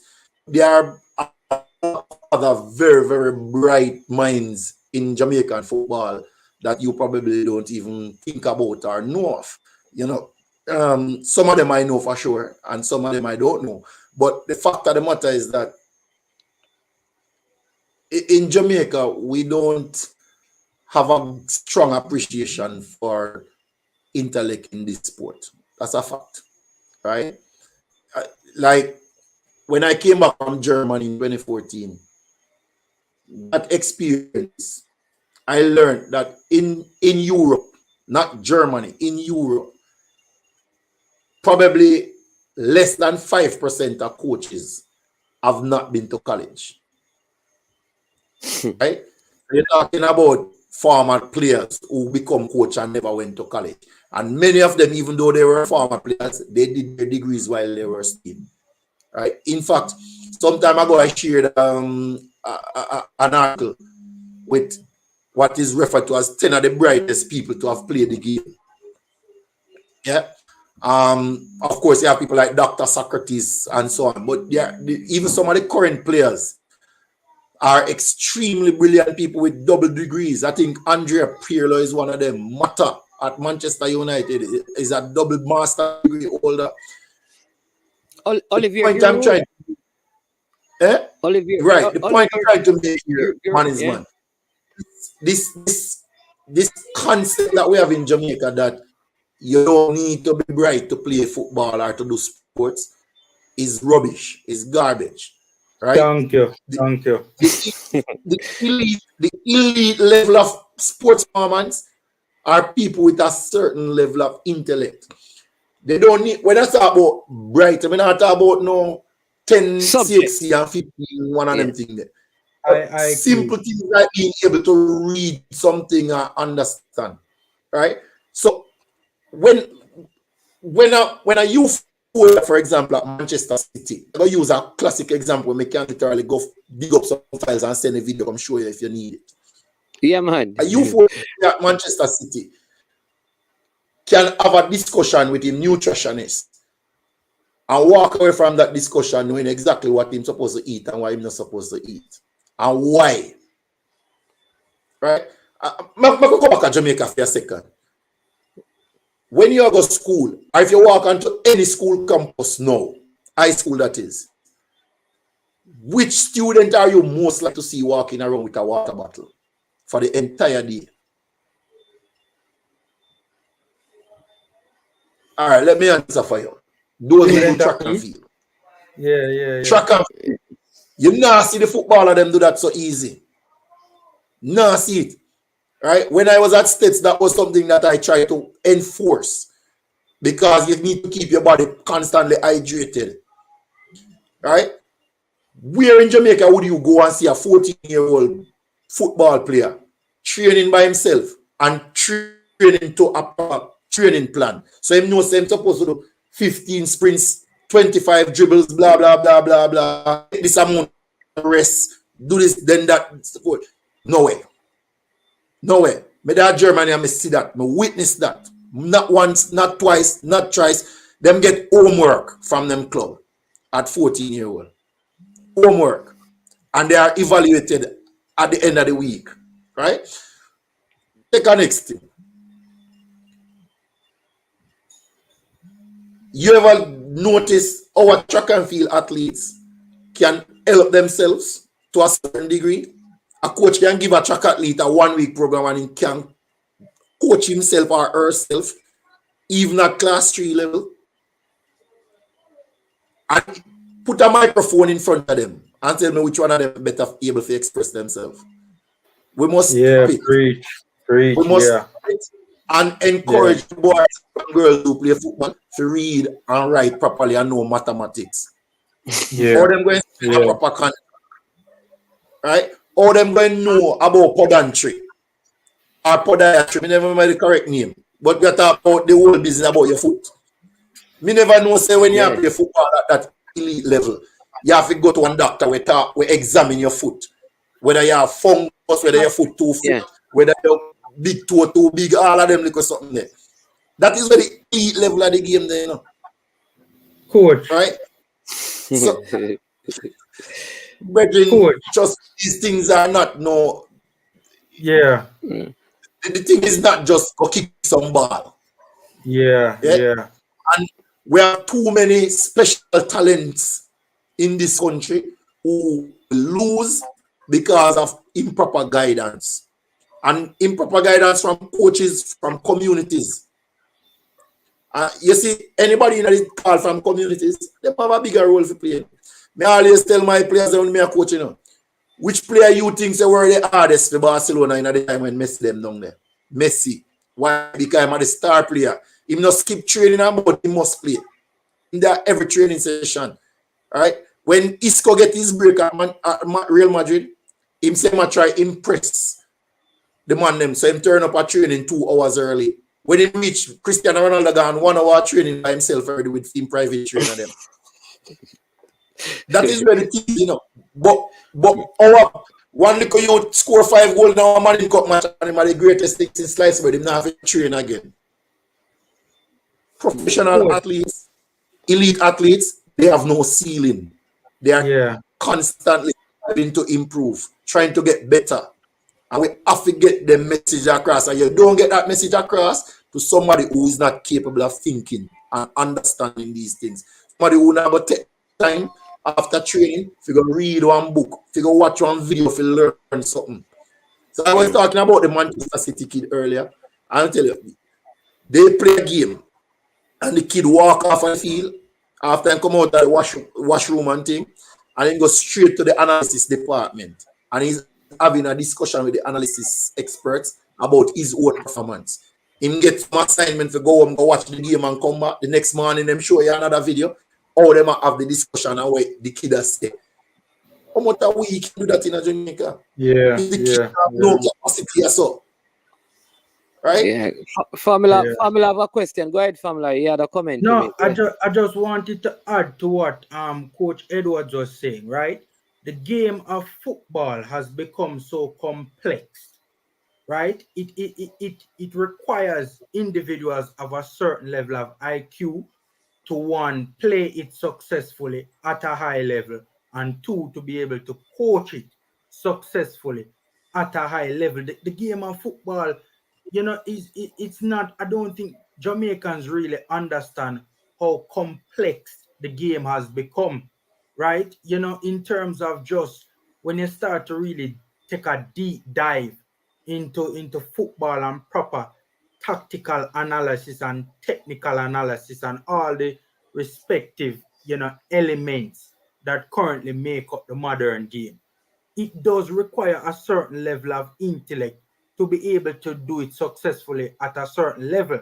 And, you know, Coach Edwards also alluded to discipline, right? Intelligence aids discipline. And so I thought that was a very good point as well, that needed, you know, to be, you know, amplified, so to speak. Yeah. Coach Edwards, you're having some a lot of well, let me just say this. It is not pediatricians, it's PODIATRISTS. Podiatrist or podiatrist. I think the name, that's a foot doctor. Yeah, that's a foot doctor right there, Gunner's boss. But yeah, he says why he wasn't selected to be the U20 coach for this World Cup qualifiers. I don't think Coach Andrew Edwards can answer that, but I don't know if you want to take it, Master Boss. But and this is what I'm saying. I think here's part of the philosophy that has to change in our football. That we have, and not just you, but other coaches out there. We have a U20 team that I think they're in the process of selecting it, right? Yeah. Now, you just spoke about the different, a set piece coach, a throwing coach. There are some coaches like Permertis at the Arsenal Academy, they said work with the defenders. You have one who work with midfielders. I am saying that we have enough intellectual capacity in our coaches to create, especially at the youth level, a good coaching base, so that the head coach, Marcel Gale, don't have to concern himself with all the aspects of the game. You understand me? But then it's ego. Man, you're spot on, no man's man. So again, there are many things that play, right? So culturally, we are not like that. So to ask a national coach to do that off the cuff, I'm first assignment, is a wrong move, in my opinion. Right? So, to establish the culture first, long before our World Cup qualifying campaign, before we ask anybody to just do that. If you are the head coach and you think that I can contribute and you come and you ask me and the federation agree, that's a different matter. But we can't just now come now and say to Marcel that if you have one defensive coach and we are going to give you Andrew Edwards and we are going to give you Shavar Thomas as the midfield coach and so forth and so forth. That would not be right in my opinion. Right? However, what should be norm is that a technical team for any national youth program should have a minimum of about 7 members of staff. Right? You have the head coach, I would say 2 assistant coaches, one who probably deals with the technical development of the players in training, and one who deals with the analysis, data analysis and that kind of stuff. Right? Then you have your goalkeeper coach, you have your physical trainer. Right? Your physiotherapist is a part of your technical team. Right? So at least 6 then. Minimum, I would say you need to have. All right. I saw the German was it under 15 or under 14? I don't remember. Play against the Czech Republic. And they were using the same facility that was studying as for preparation for the games. It was 2 games, a 2-game series. So I went to watch a training session one day. And when I arrived, I arrived about 40 minutes before the session should start. When I got there, about 3 coaches and the video man was already there. So the video man, he was setting up in camera setup for video the training session. I had a very good conversation with. In fact, he was the one who brought it to my attention that he was actually a student at the University of Frankfurt at the time. All right. And he brought it to my attention that a lot of the staff that was with the team were other university students who were just doing as a part of their, they call it again now, internship, right? So that was his job, to video the game, slice up the videos and give it back to the coaches like an hour after training or so. So he was first on site, set up, check the angles of the camera. Then of course you have the physical trainer and the assistant coach who has set up the warm-up stations and first set of drills and so on. When the team arrived, I did a count. It was 20 players. I'm going to give you an opportunity to take a guess as to the size of the staff. I can tell you, 20. I can tell you. Put something more on the 20. Put more on the 20. Put something more on the 20. Well, yeah. I can't go. Because when previous about 20. Right? When I started working at the TCIFF, my first assignment was so head coach, assistant coach, team manager. Yeah, I eat that, you know. I eat that. No goalkeeper coach, no physical trainer. All right. When I became head coach on the under 17 team, I put those things in my plan. And so my under 17 team in 2015 was the first youth team that traveled out of Jamaica that had goalkeeper coach, physical trainer, physiotherapist on the team. All right. So I have to give thanks to captain for those things, because when I presented those things, a lot of people tell me, say, me a madman, when I go get them things there. But to captain's credit, he appreciated the fact that I was thinking in those terms. So somebody's asking if you were given, say they give you the job, would you ask for those things? Say, listen, I need a physical trainer, goalkeeper coach. This is what can give me the big success, the best success for the team. Because here's part of the problem, and this is a very good question, I think, by Boss Thomas. He's saying that, Mr. Edwards, if you was the U20 coach, would you ask the GFF for the suggested members to be a part of your staff? And here's why. Because it's a simple answer. It's a simple answer. Absolutely. Okay. No 2 ways about it. No 2 ways about it. You can't, unless we are saying, we just participate now, and that's it. And there has to be some guarantee. No, the experience that I have now, I would have to have some guarantees about how the results will affect my future in the job. Right? prior to now, I probably wouldn't be thinking of that. But you can't go with just a coach and an assistant coach. The coach need at least 2 assistant coaches alone. You know, he must have a goalkeeper coach. He must have a physical trainer, physiotherapy. Those are what I call given. Those should not even become a question. But Coach Edwards, that is what we're competing against, you know. All of the other teams that we're competing against, right, has their staff, you know, properly stacked out. How, you know, you were saying, you know, the staff should look. That is what we're competing against. So how can we expect to have success against those nations when we're severely understaffed?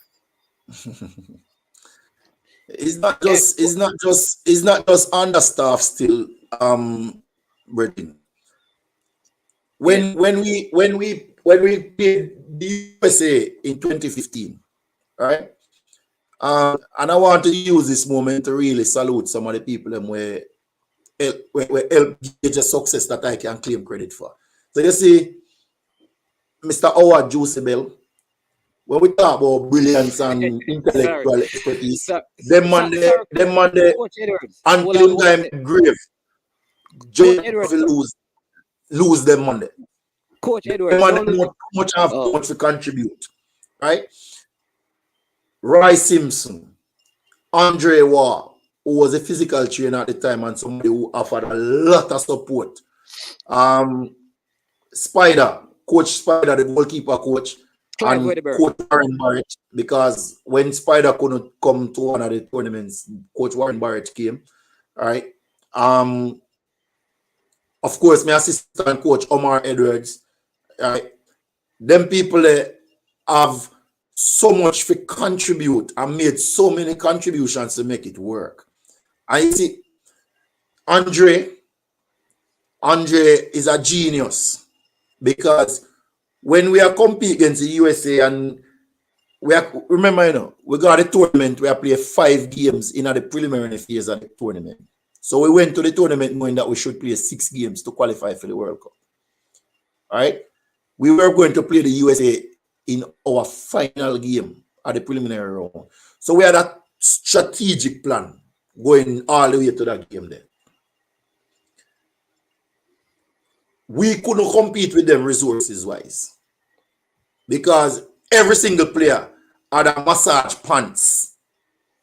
When them done train and them done play much, them go in at the pool. After them come out of the pool, them put on them massage pants and them sit down at them door and the pants go and they see them eyes are roll and them nice and pretty in them hotel. Right? The amount of food that them eat, when you go for them cafeteria, the table always have fruits on it. Them Nescafe thing, them they right through the night. Get me? So when we achieve no little success against them team, you know, me, not because of me that the helm, because before me I had people like David Hunter, people like Tapa Whitmore do it, and Winfred Schaefer. And on a small feet, Coach Downswell, and on a small feet. It's a literal David versus Goliath thing. And that's one of the problems with us in Jamaica, that we have a way to work too much miracle. Because me, a man is a classroom teacher by profession. And you know, sometimes when we turn out students, we get grade 1s and 2s and stuff. A lot of people see it and think say, them just say, boy, they pity them bright. But they don't know a miracle where you work as a teacher with minimum or no resources. And I see them thinking of the football. You get me? So we need to put the house right. We need to put the house right so that we can qualify for the World Cup sustainably on a regular basis. Right? And I see no reason why we shouldn't. In fact, I'm going to say this for the first time publicly. I have a proposal that I would love to see Jamaica bid for hosting the 2029 and 2030 U17 male and female World Cup with the intention for win them. I think it's possible. As part of we 2030, whatever we call it again. I don't remember what that name, but the government have a big thing about 2030. I think said that should be a part of it.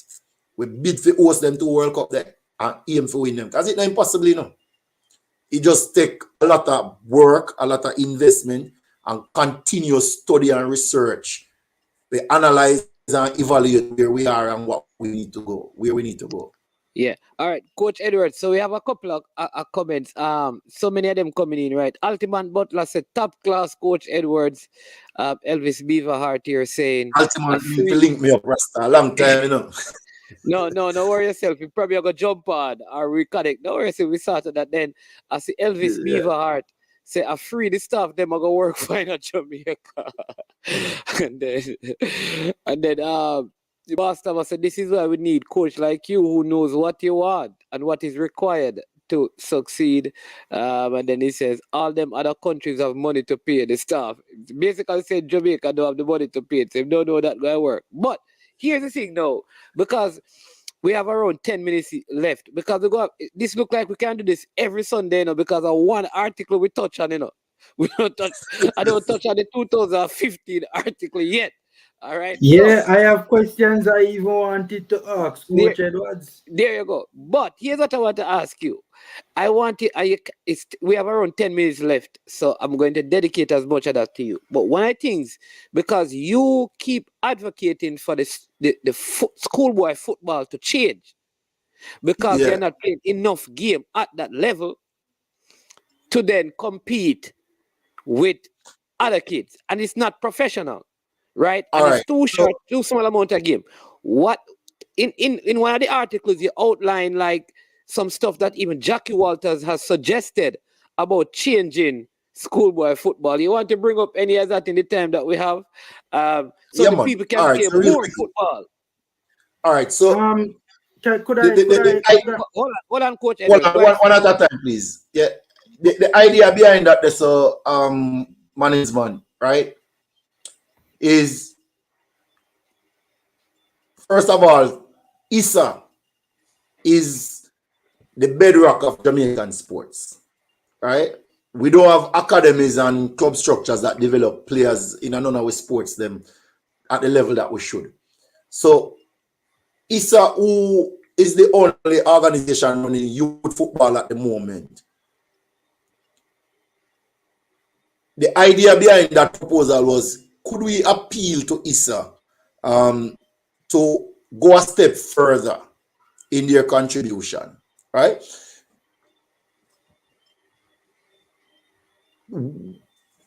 Coach Jackie Walters back in 2004, I think it was, came up with this plan about the top 8 rural schools versus the top 8 urban schools. And that was how the whole Flow Champions Cup came about eventually. Even though I don't know if he has been given the credits for it. But as far as I know, that was where the first time I heard it mentioning, right? That being said, as we talked about before, in terms of minimum number of games, whatever, I came up with this idea now then that if we can extend the schoolboy football season and create a tier structure where we would have basically let's say, what did I have again? I think 48 teams in each tier, right? Division 1, basically Division 1, Division 2. And Division 3. It was three tiers. And you'd do that based on the school's performance over, I think, a 3 or 5 year period. Everything is outlined in the article still. But bottom line is that schools then now play a minimum of 22 games per season, all of them. Yeah? Because they talk about 12 teams in a group, playing each other home and away before you get to the playoff stage of the competition. But I have never had the opportunity to discuss this with any officials at ISA. But I have heard that it has been discussed before, but most people are not in favor of it. And I can understand why. Because ISA is a volunteer organization whose remit is not the development of sports, but rather the extension of physical education. Let's put that in quotation marks, right? So now, as I said earlier, I am eagerly looking forward to the launch of the elite youth competitions that Mr. Speed mentioned Friday, because with that coming on stream, then ISA can continue to be an extension of PE, and the JFF now takes up that void to further develop our elite players at the youth level. What I would want to see, if it is not going to be, is that those elite youth competition run for a minimum of 7 months, up to a maximum of about 10, 11 months, as is the case in most of the developed football world. That will allow the players the time to develop and to play the minimum numbers of games that are required across the length and breadth. And I'll say this as a closing point, really, that everywhere that I have been so far, because of football and for footballing reason, outside of the Caribbean, school football, no elite player plays that. No elite player plays that. Right? As a matter of fact, I got a lot of backlash in 2015 for suggesting that none of our national youth players coming back from that under-17 World Cup should go back to school and play schoolboy football. And I feel vindicated that those players would have unfortunately regressed because of that 1 or 2 years that they go back to play high school football. To me, having reached that level of representing your country, and some of them did get the opportunity to go on to college, and they chose not to. All right. But outside of that, they should play Premier League football. In the absence of our own elite youth football, they should have gone on to play Premier League at the minimum. Yeah. And I think also that should become a part of our policy then. Until we get to that stage, you represent your country, you shouldn't go back to play schoolboy football. Move on. Take the next step in your developmental journey. You can shoot the question now for me if you wish. What happened? The reason why I was asking it at that time is because I wanted to ask it in conjunction with what Mannings was asking in terms of how would a Jamaican youth development structure look in your eyes? That's what I wanted to ask, really. But we kind of say it already. We kind of say it already because I believe that we should have at the elite level, under 14, under 16, under 18, under 20, or maybe under 19. The reason why is because we think about the national, the global competitions, which is under 17 and under 20, right? Although I think FIFA is going to introduce some changes where that is concerned in not too distant future. So we say under 14, under 16, under 18, under 19, or under 20. So a minimum of 4 youth competitions in the elite category. And for those 4 competitions, the season should be a minimum 7 months, up to a maximum of maybe 10 months. Right? Depending on the structure, I could go even 11 months. You could have like a break, a 1 month break and resume. Similar to they have the winter break in some parts of Europe. Below that, we need to have the grassroots, where we play like under 12, under 10, under 8, under 7, or you can use the odd numbers there, 7, 9, 11, and 13. Okay? So, for example, at under 7, and this is basically going with what I consider to be global best practices, we'd go with like a 3v3 format, right? Then we move to 9v9, sorry, under 9 at 5v5, under 11 at 7v7, under 13 at 9v9. So the first time they will be playing 11v11 would know when they be turned under 14. All right. I think that's the way we should go. And I'm really and truly looking forward to see what is coming up, because as I mentioned before here, Mr. Speed was quite conservative in his enunciation about the elite youth football that is coming, and also the grassroots program that will be rolled out. So I assume that much of what I am saying, whether in the same way or different ways, might be a part of those when they come out. Yes, well, Coach Edwards, that's the first 2 hours from the first article, so we have 2 more articles to go through. So we need to set up. You talk about the articles that I sent you, right? Yeah, yes. Well, actually, say I started writing wrote my first article for the Observer in December 2010, and I have written probably about 20 to 25 articles since them time. So those three is just a few. I just sent those to you because I actually had them at my fingertips. But if you go to the Jamaica Observer page and type my name, you should be able to see all of the articles that I've written with them. Okay. If you put Okay. it in the search engine.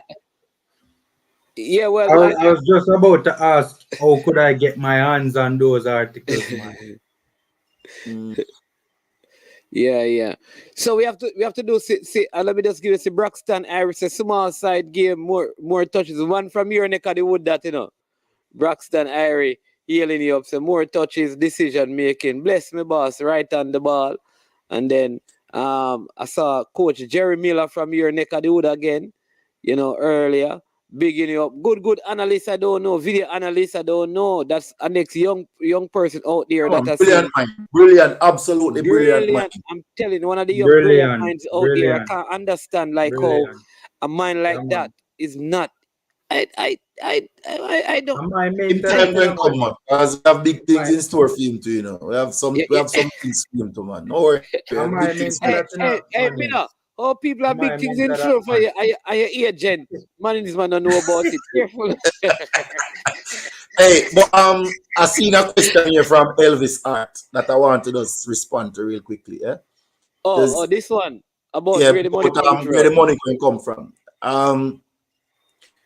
So one of the things I learned in Germany is that anytime you start with that question first, you're creating an impediment and you're blocking your creative energies.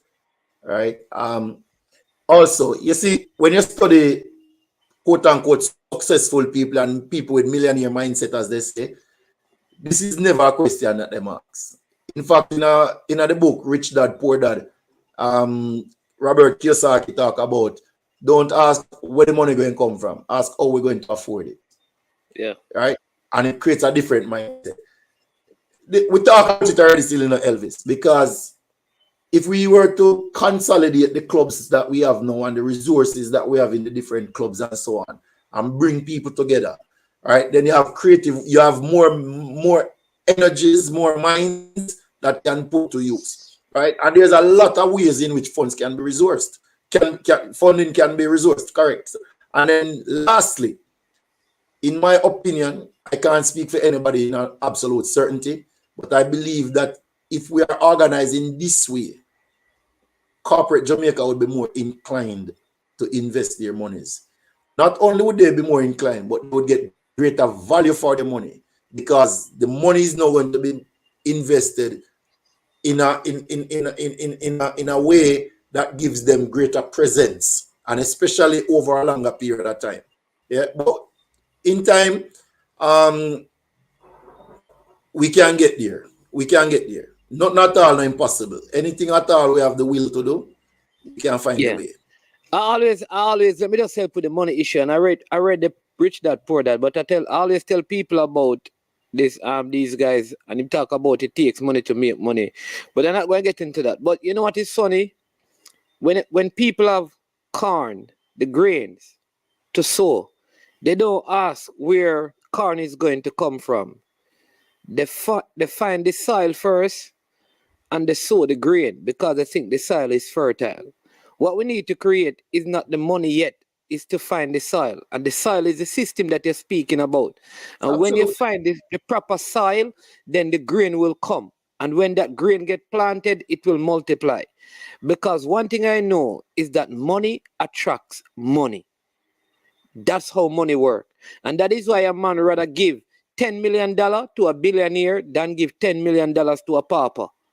Why? Because if he give $10 million to a billionaire, he knows that that's going to be multiplied. Him give it to a pauper, that's how people think. So, yeah. So the simple idea, Elvis, is listen, if the foundation, if the ground, if the soil is right, people will come and plant corn.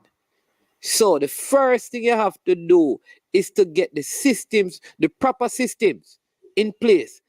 So Nelson Searcy, has a book called The 8 Systems. And he speaks about in it how cars are made in Japan, right? And he says it doesn't matter who you put in place. All the cars come out the same way.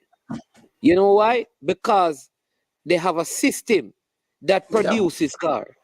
So they can change out people, but the system work. What we have been doing is changing.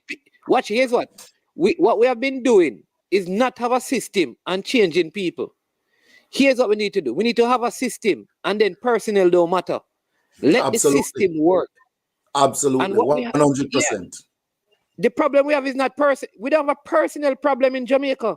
We have enough bright minds. We don't have no system. That is what we're talking about. And the structure, there you go.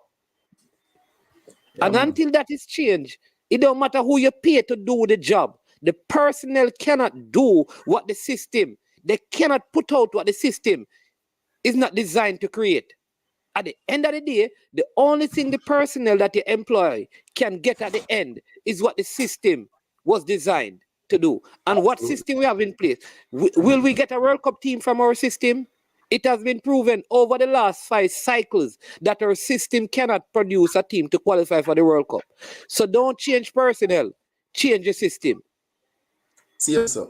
Solid point, Manning. Solid. I mean, look at the personnel that we had in the last cycle. You know, I mean, it's the best personnel we have ever assembled. And look how miserable the performances were. So that point just that Mannings is a brilliant point that in a Mannings, because that really and truly brings into focus exactly what why the last World Cup qualifying campaign failed, you know. It's a system. It's a system. It's a system. I mean, and that's it. But Coach Edwards, listen, we have to. The people are going to beat me. I said, Mannings man. We have to get back Coach Edwards. So we're going to have to. I did say when I was talking to Andrew Price that we're going to have to do something with you and him just talking about this. But here's the problem now. We can't even get you and Andrew Price and Freddie Butler on the same program. It now got done. So I don't know how we're going to do it. But you know, serious Mannings, man. We wrap it up, yeah? And I want to really give thanks for the work that you're doing. And all the other people where I use this space to give people a platform to enunciate their ideas and their thoughts, you know. And we give thanks to all the ones that come on to the call. But just to say that as it relates to football, I don't put a time limit on when I need to come off a call with football. This is what I love. This is my passion. This is my purpose. Understand? You want to get paid to do it because you have to live in a society that requires money to spend to get the things that you need. But if me did have the resources, me would have do this for free. Plain and simple. Yeah. That being said, if there's anybody on the call who would really want to reach out to me personally, have a conversation, they can reach out to you and you can give them a number freely. That's fine. All right. Okay. Or we can just type it in the chat, no problem. And then when I was director of football in Turks and Caicos, a guy named Tony Taylor, he's the head of youth development at Manchester United. He did some work with me about developing the youth environment in Turks and Caicos. And we had a Zoom call for about 6 weeks, one night, every night for about 6 weeks.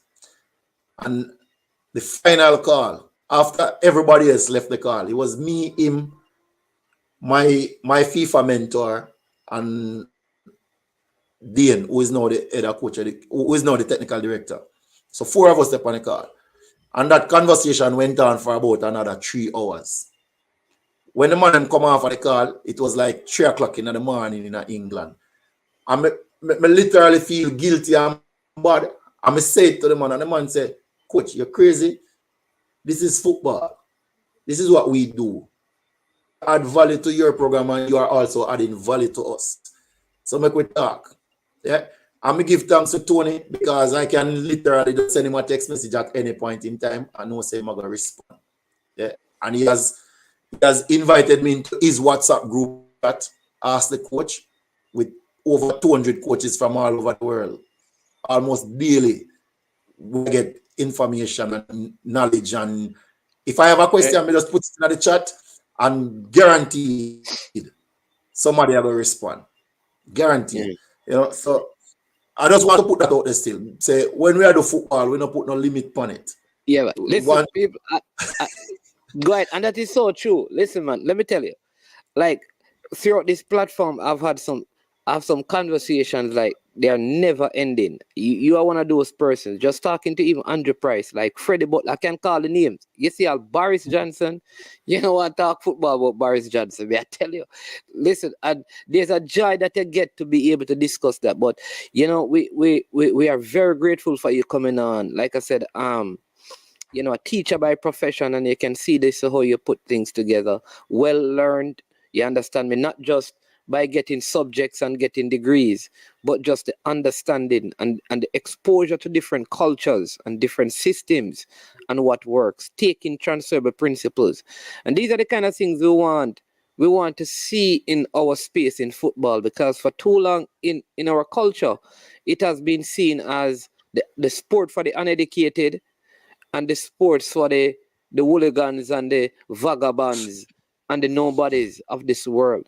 And I want people to know that there's a part of the sporting fraternity, footballing fraternity, that are highly intelligent and smart, right? And if they were placed in other contexts and in other places, then you would see how they would explode and you would go, wow.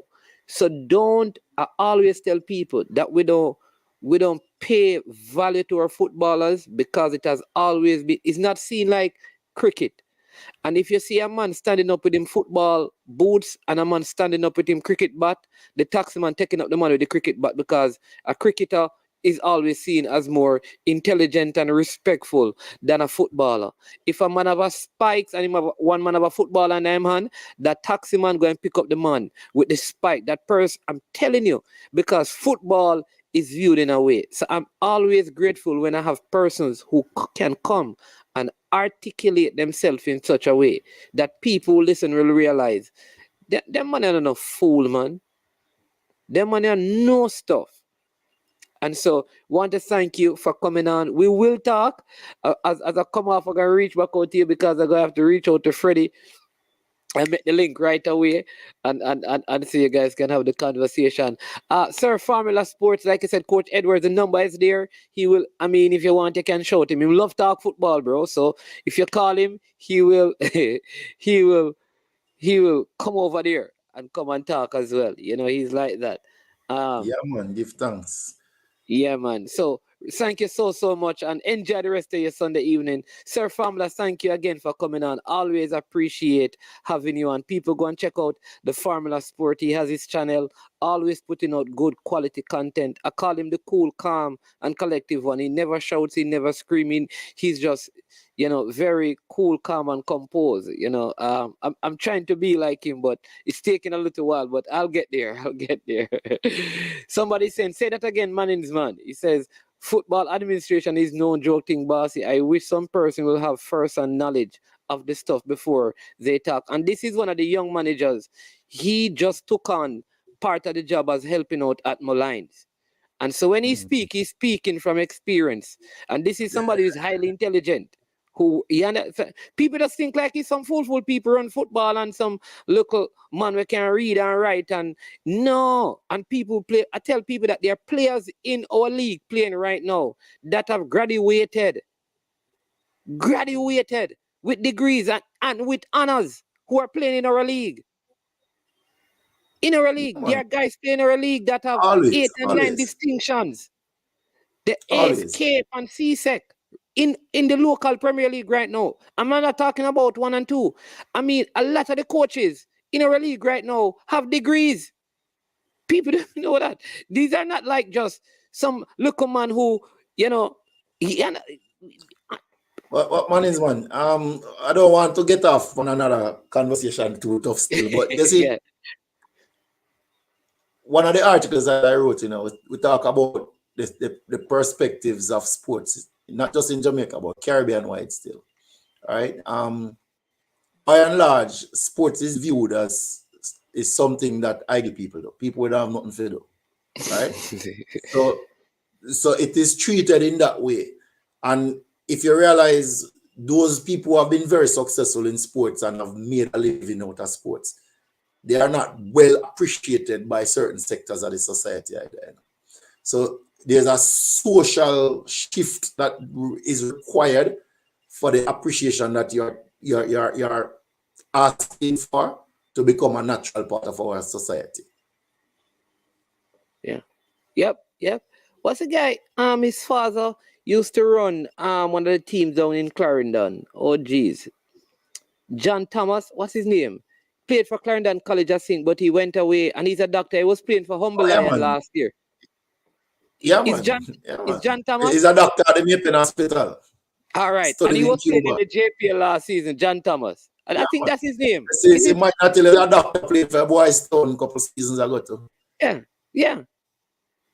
So, yeah, man. But, Coach, thank you again. Family, thank you to everyone in the comment section. Thank you for coming on. Really appreciate you spending your Sunday evening with us. Very grateful. Continue to stick and stay with I Am Sure Sports. If you have not yet subscribed to the platform, please go ahead and do so. Also, you can like the video and share the content. Again, go and check out Formula Sport as well. Coach Minzy also has a show going on tonight. You can jump over there if you're into some more sports thing and see what is going on.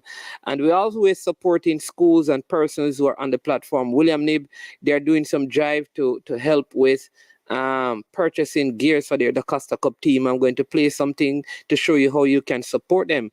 And then Rossi's, they're having a big thing down there. They are building a dormitory and facilities down there, trying to build something world-class on their school compound for the purpose of football and sporting. And so they need some support. So you can check them out at the Rossi's Brother Sister Foundation. They're doing that. You don't know the great 1738. I don't know if we always have some people from Monroe leaving to go to Mannings. I don't know if Coach Andrew Edwards is going to take the step and go down to the grade 17. The 1738 MSAF doing a big thing in the Manning School Alumni Football Foundation. You understand me? So bless them. Yeah, man. Bless them. This is Troy Malcolm. You know, the man from Rossi's, you understand me, on the platform. So bless up. I think I will have a video for you to show you what is going on at Rossi's, but I have the William Nib one that I'm going to play at the end. So I'm going to leave you with that, but bless you. Have a wonderful Sunday. And remember, we have some very intriguing and interesting stuff coming up. And Coach Andrew Edwards will be back very soon. We just need to work out the details, and then I'll let you know. Because that was 1 of 10 articles. You understand me? So there are 9 more to go. All right. But Manning's not like 25, Coach Edwards saying right, man. 25, so like yeah. So 24 to go. No, man. You go have to do some. You go have to do some. So you take 12 and I take 12. Yeah. You the 12. The 13. Yeah. There you go. All right, people. Well, take care. Have a good evening. And I'm going to leave you with this little clip from William Nib High School.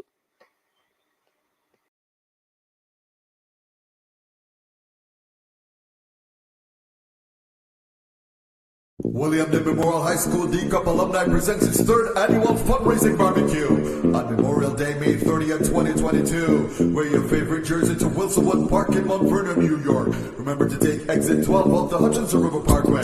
Music by DJ Mad Max of Sound 1000. Proceeds to aid the William Nib High School DaCosta Cup team. For more information, contact Keegan 304-607-4034. Our codfish at 954-639-2991. Proud of people, it's important. Remember, make sure say, oh no, did that.